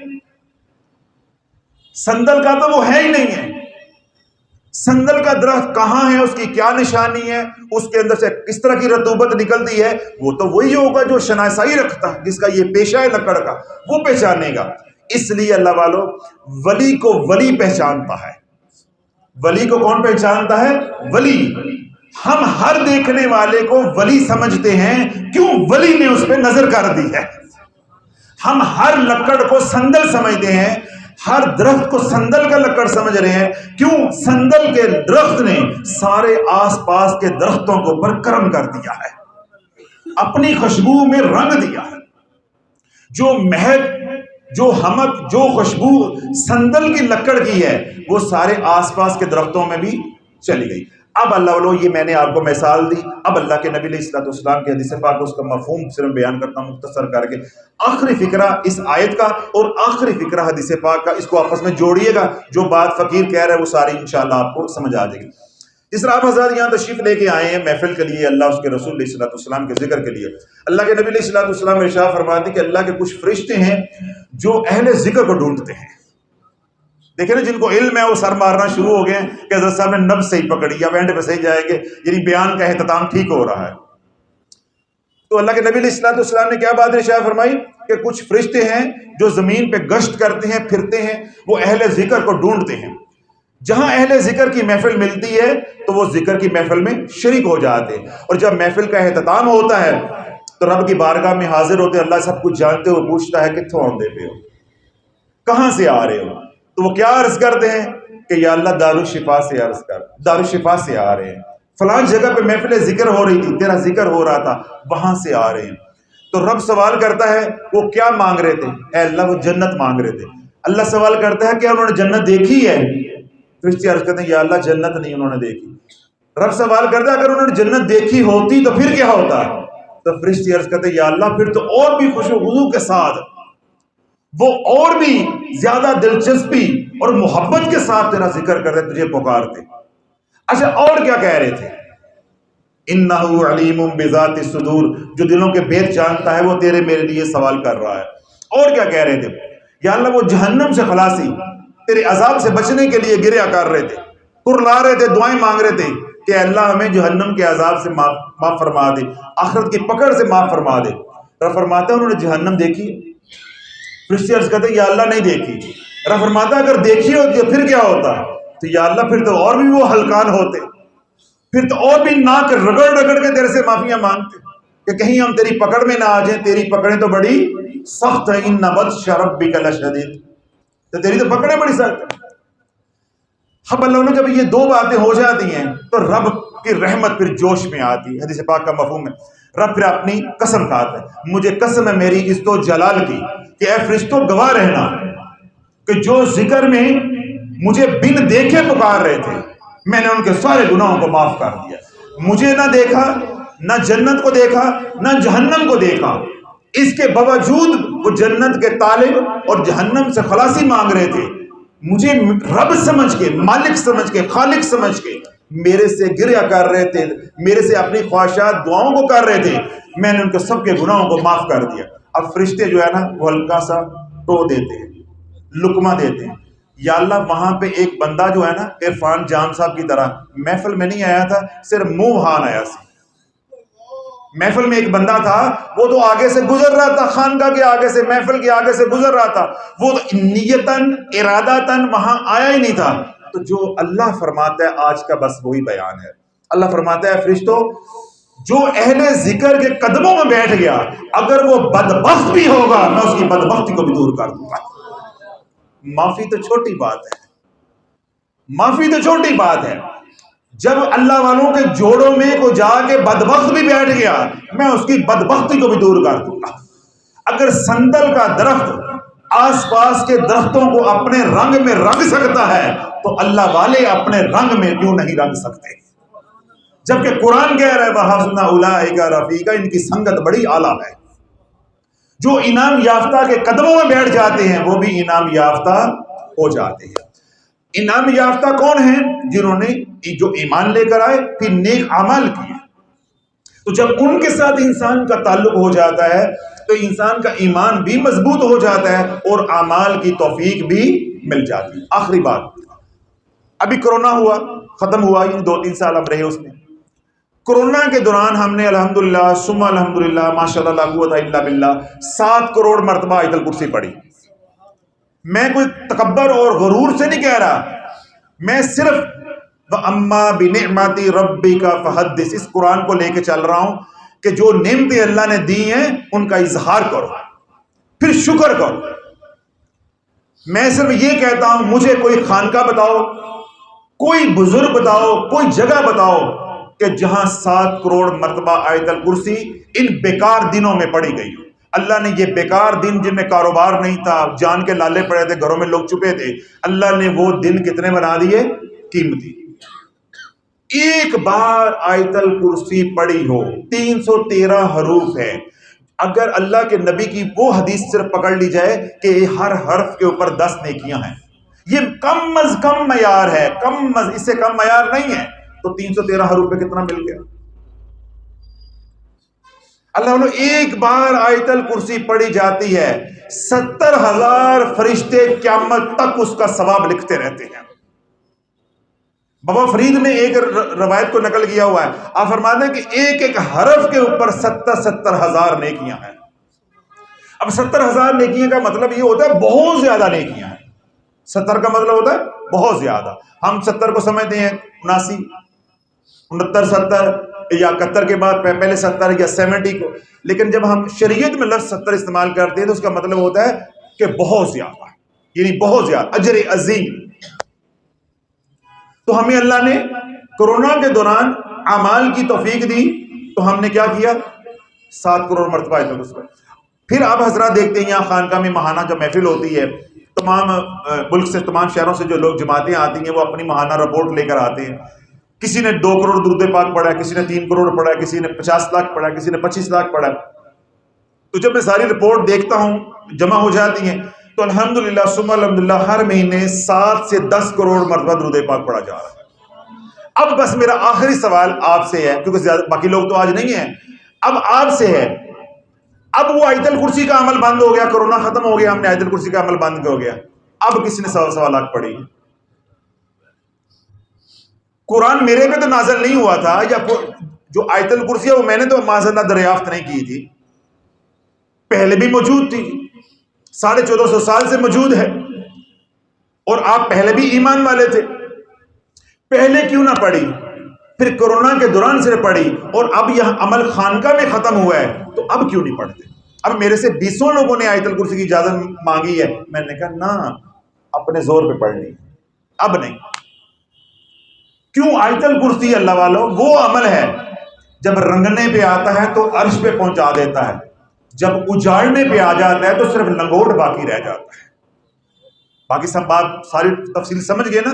کچھ نہیں بچتا، نہ رشتہ بچتا ہے، نہ بہن بھائی بچتے ہیں، نہ اولاد بچتی ہے۔ یہ آیت جلالی ہے، ذکر جلالی ہے، تو جب یہ رنگنے پہ آتا ہے تو کیا ہوتا ہے؟ عرش پہ پہنچ جاتا ہے، حجابات کو ہٹا دیتا ہے۔ جو انسان کی جو زبان ہے اس کو سیف الرحمان کر دیتا ہے، وہ رحمان کی تلوار بن جاتی ہے، جو اس کے منہ سے نکلے گا وہ ہو کے رہے گا۔ کیوں؟ وہ حکم ربی بول رہا ہوتا ہے۔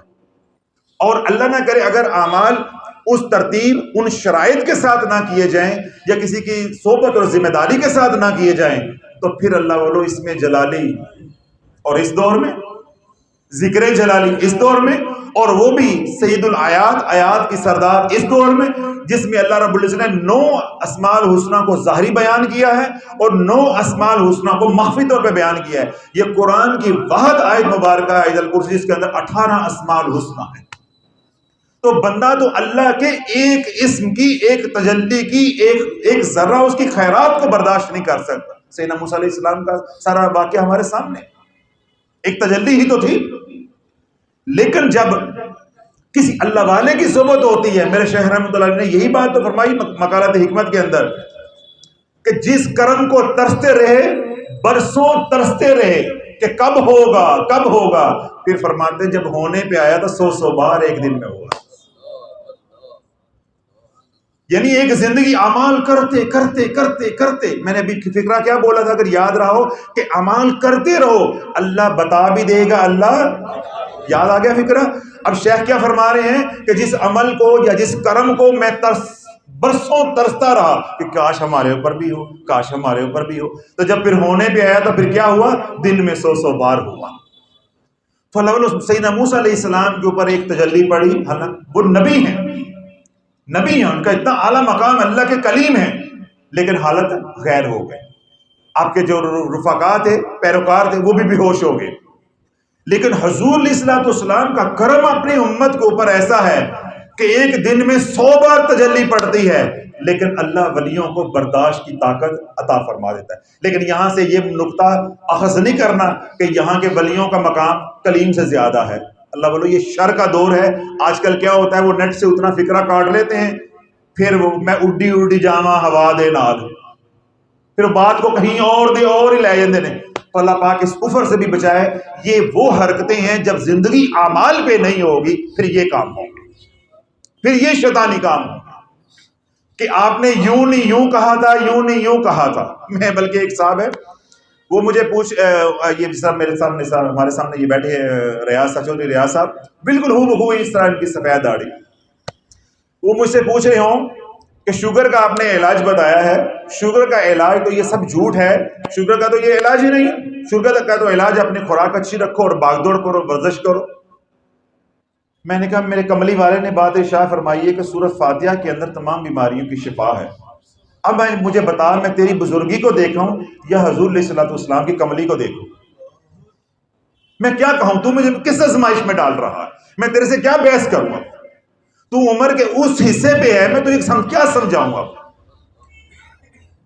وَنُنَزِّلُ مِنَ الْقُرْآنِ مَا هُوَ شِفَاءٌ وَرَحْمَةٌ لِّلْمُؤْمِنِينَ۔ میں تمہیں صرف اتنا کہہ سکتا ہوں وَلَا يَزِيدُ الظَّالِمِينَ إِلَّا خَسَارًا، ظالموں کو خسارہ ہی، ان کو قرآن سے نفع بھی نہیں ہوگا۔ جس سفید داڑھی والے کا 70 سال سے زیادہ عمر ہوگی کم و بیش، جو یہ کہہ رہا ہے کہ سورۃ فاتحہ سے کچھ نہیں ہوتا، اچھی خوراک کھاؤ اور ورزش کرو، بس یہ شوگر کا علاج ہے، تو جس کا یہ ایمان ہے، جب اللہ والو زندگی ایمان سے خارج ہوگی پھر منہ سے یہ کچھ نکلے گا۔ شفا من کل داء قال رسول اللہ صلی اللہ علیہ وسلم، سورۃ الفاتحہ ہر بیماری کی شفا ہے۔ جو بیماریاں میرے نبی کے دور، ظاہری حیات کے دور میں تھیں، جو بعد میں آئیں، جو ہمارے بعد میں آئیں گی قیامت تک، پھر وہ تمام بیماریاں چاہے ظاہری ہیں، چاہے باطنی ہیں، چاہے روحانی ہیں، کسی بھی طرح کی ہیں، تمام بیماریوں کی شفا اللہ نے قرآن میں رکھی ہے، اور قرآن کو اللہ نے 7 سمندروں کے اندر سمویا ہے۔ وہ 7 سمندر سورۃ فاتحہ کی 7 آیتیں ہیں، وہ 7 سمندر ہیں علم کے، فیوز و برکات کے۔ میرا 2.5 گھنٹے کا بیان میں نے پچھلے دنوں بھی سورۃ فاتحہ پہ کیا ہے، تو جو یہ سارا سن کے بھی کہے کہ سورۃ فاتحہ سے شفا نہیں ہے، قال رسول اللہ صلی اللہ علیہ وسلم ذکر اللہ شفاء القلوب، بیمار دلوں کی شفا اللہ کے ذکر میں ہے، اللہ کے ذکر میں ہے۔ آپ نیٹ کو ٹٹولیں، سرچ کریں، اپنے معاشرے، اپنے آس پاس کے لوگوں کو دیکھیں، آپ کو سینکڑوں لوگ ملیں گے جنہوں نے کینسر کو شکست دی ہے اللہ کے ذکر سے۔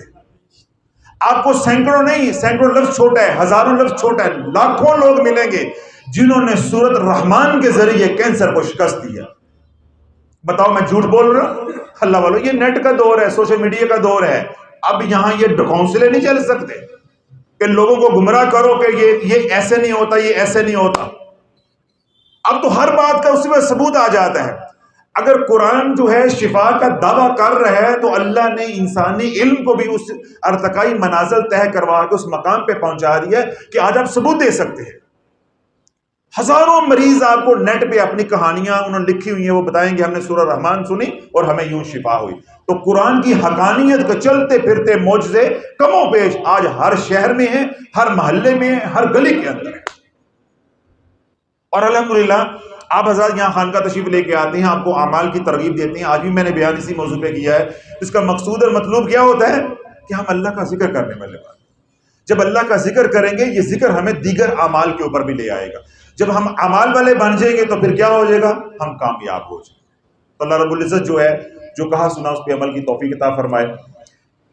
جو سورت مبارکہ یعنی سورت عصر میں نے آپ حضرات کے سامنے پڑھی، کوئی بھی آپ حضرات میں ایسا بندہ بیٹھا ہو پریشان حال ہو، وہ کہے کہ میرے گھر سے پریشانیاں نہیں جاتی، پہلے تو میں اس کے سامنے 10 بستہ عرض کروں گا کہ پہلے جو میں نے بولا ہے اس کو سن لے، پھر یہ کلپ سنیں، یہ بات سنیں، پھر اسے بات زیادہ سمجھ آئے گی.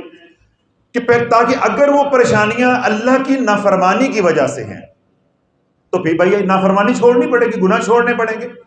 تو اگر پچھلی بات جو میں نے ابھی بولی کہی ہے وہ سنی نہیں ہوگی، آگے آپ کو کیا سمجھ آئے گا کہ میں کیا بتا رہا ہوں.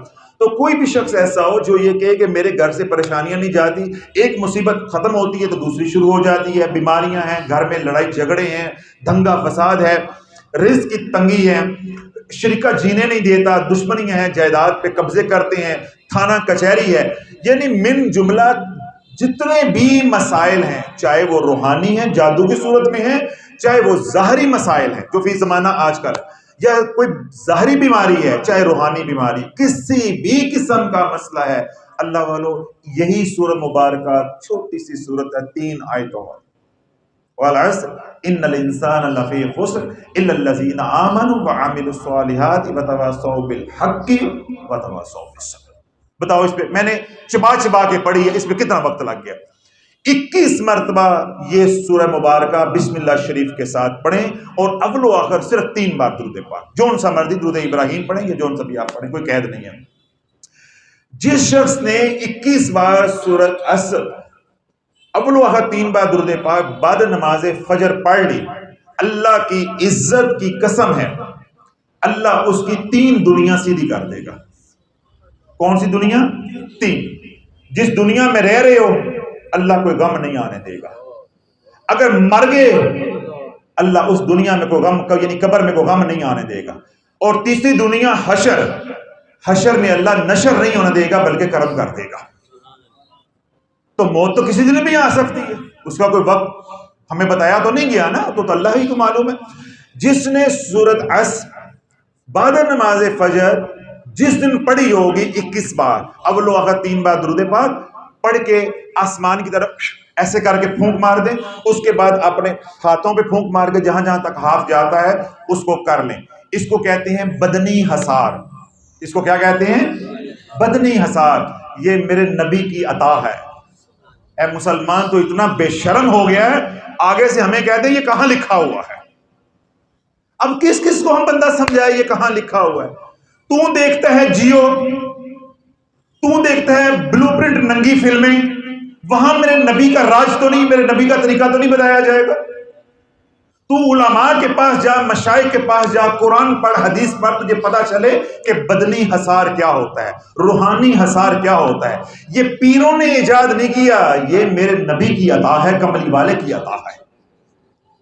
اللہ کے نبی علیہ السلام کی سنت مبارکہ سورہ فلق ناس پڑھ کے آخری 3 کل پڑھ کے جہاں تک ہاتھ جائے، جہاں جہاں آپ پھیرتے جاؤ گے جو اثرات ہوں گے شیاطین کے، جادو کے، حسد کے، نظر بد کے، جہاں تیرا یہ مبارک ہاتھ جن کے اوپر قرآن پڑھ کے پھونکا گیا ہے لگتا جائے گا، لگانا تیرا کام ہے.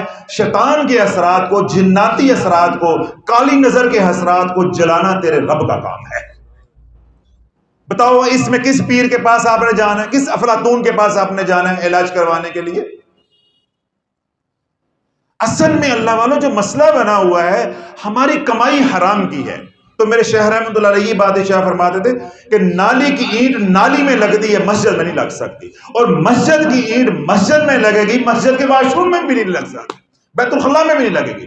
کمائی حرام کی ہے، پھر عاملوں کے پاس جا کے لگ دی، یہ کالے بکرے دیتے ہو، اپنی عزتیں دیتے ہو۔ جہاں ہم چیخ چیخ کے اعمال بتاتے ہیں، یہاں کوئی لفٹ کرا کے راضی نہیں ہوتا۔ حضرت صاحب نے خود تے کچھ نہیں کیتا، بس پڑھن انداز دیتا ہے۔ تو بھائی حضرت صاحب دیکھے خونٹ خشک ہو گئے ہیں بول بول کے، اور میں کیا کروں آپ کے لیے؟ دعا بھی کر رہا ہوں اپنے لیے بھی، آپ کے لیے، کہ اللہ ہمیں عمل کی توفیق عطا فرمائے۔ 21 بار سورۃ عصر بعد نماز فجر اول و آخر 3 بار درود پاک ہر بار بسم اللہ شریف کے ساتھ پڑھی۔ تو میں نے کیا کہا کہ اللہ کی عزت کی قسم ہے، اللہ تیری 3 دنیا کبھی بگڑنے نہیں دے گا۔ یہ دنیا جس میں تو رہ رہا ہے ظاہری حیات کی، قبر کی دنیا اور حشر کی دنیا، تینوں میں تو کامیاب ہے۔ تیرے اوپر اس دعا کا اطلاق ہوگا، ربنا آتنا فی الدنیا حسنۃ وفی الآخرۃ حسنۃ وقنا عذاب النار۔ تینوں سارا دن آپ محفوظ۔ جادو کا وار آپ پہ نہیں چل سکتا، نظر بد کا وار آپ پہ نہیں چل سکتا، کالی نظر کا وار آپ پہ نہیں چل سکتا۔ کوئی حسد کی نگاہ سے آپ کو دیکھتا ہے تو کسی حاسد کی نظر تجھے کھا نہیں سکتی۔ کیوں؟ تو نے نبی کے طریقے پہ اپنا حصار کیا ہے، تو نے پیر کے طریقے پہ حصار نہیں کیا، میرے کہنے پہ میرے طریقے پہ حصار نہیں کیا، تو نے کملی والے کی سنت کو زندہ کیا ہے۔ آج تو مسلمان یہ بھی بھول گیا ہے کہ حصار بھی کوئی چیز ہوتی ہے جی۔ کیوں؟ کبھی اللہ والوں کے پاس، روحانی لوگوں کے پاس بیٹھے تو ان کو پتا ہو نا کہ بھئی حصار بھی کوئی چیز ہوتی ہے۔ کون سی نعمت ہے جو کملی والے کے پاس نہیں ہے؟ کون سا فیضان ہے جو کملی والے کے پاس نہیں ہے؟ بدبختی تو ہماری ہے کہ ہمارا یقین کالے بکرے پہ بنا ہوا۔ سورت بکرا تے کالا بکرا، بڑا وظیفہ دسو تے لمبا صدقہ دسو تے پیر کامیاب ہے۔ چھوٹے چھوٹے اعمال بتاتا ہوں اللہ والوں تاکہ امت کرے، تو امت اعمال پہ آ جائے۔ اب مجھے یہ بتاؤ کہ یہ جو میں نے ابھی عمل بتایا ہے، یہ تمام مسائل کا حل ہے۔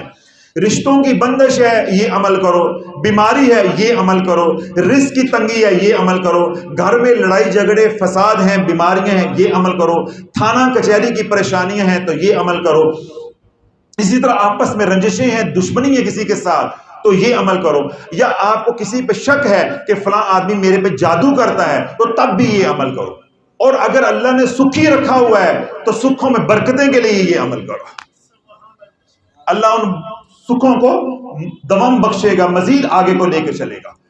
تو کتنا اس پہ وقت لگے گا؟ 21 بار پڑھنے پہ کل 5 منٹ، اور ساری زندگی محفوظ۔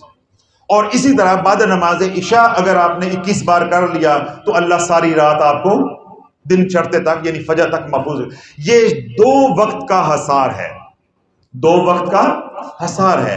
اللہ کے نبی علیہ الصلوۃ والسلام کا جو مبارک طریقہ کیا تھا، جب آپ بستر پہ استراحت کے لیے لیٹتے تو کیا تھا کہ آپ کل پڑھ کے اپنے ہاتھوں پہ ید اللہ والے ہاتھوں پہ پھونکتے، پھر جہاں تک ہاتھ جا رہا ہے وہ پھیرتے۔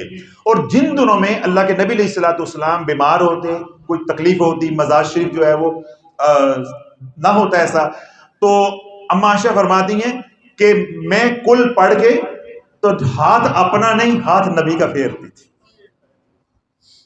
یعنی کل میں پڑھی۔ اللہ والوں کتنی گھر میں اعمال کا کتنا اہتمام ہے، کیسی نورانی زندگی ہے، کیسی نورانی پاکیزہ طیب زندگی ہے کہ آج اگر اللہ کے نبی کا مزاج شریف ایسا ہے، طبیعت ناساز ہے، بخار ہے، یا سفر سے آئے ہیں، یا کوئی باہر دعوت و تبلیغ کے کام کی وجہ سے خبر ایسی ہے، تکلیف ہوئی ہے ذہنی طور پہ، رنج ہے، کوئی پریشانی ہے، تو اماں کیا فرماتی ہیں، جس دن اللہ کے نبی نے نہیں پڑھنا پڑھتے تھے، مجھے فرماتے عائشہ آپ حمیرہ آپ پڑھ دو، آپ پڑھ دو، تو میں پڑھتی، پھر اتنی خوبصورت اماں نے بات ارشاد فرمائی کہ ہاتھ میں اپنا نشینا، کیوں؟ میرا ہاتھ اپنی جگہ پہ ہے، میرے سرتاج کا ہاتھ اور نبی کا ہاتھ ہے، وہ تو ید اللہ ہے، اللہ کا ہاتھ ہے، تو پھونک میں مار دیتی تو اللہ کا نبی کا ہاتھ اللہ کے نبی کے بدن کے اوپر پھیرتی جاتی جہاں تک وہ جا سکتا تھا۔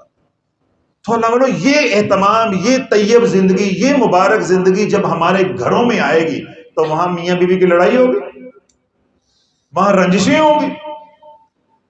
جب خلوت کرنی ہے تو بیوی کو بلا لیتے ہو، جب اعمال کرنی ہے تو پھر آپ وہ تھے تو تم وہ تھے، تو اس کا ذمہ دار کون ہے؟ گھر کا سربراہ ذمہ دار ہے۔ تو اللہ والوں اپنے گھر کو اعمال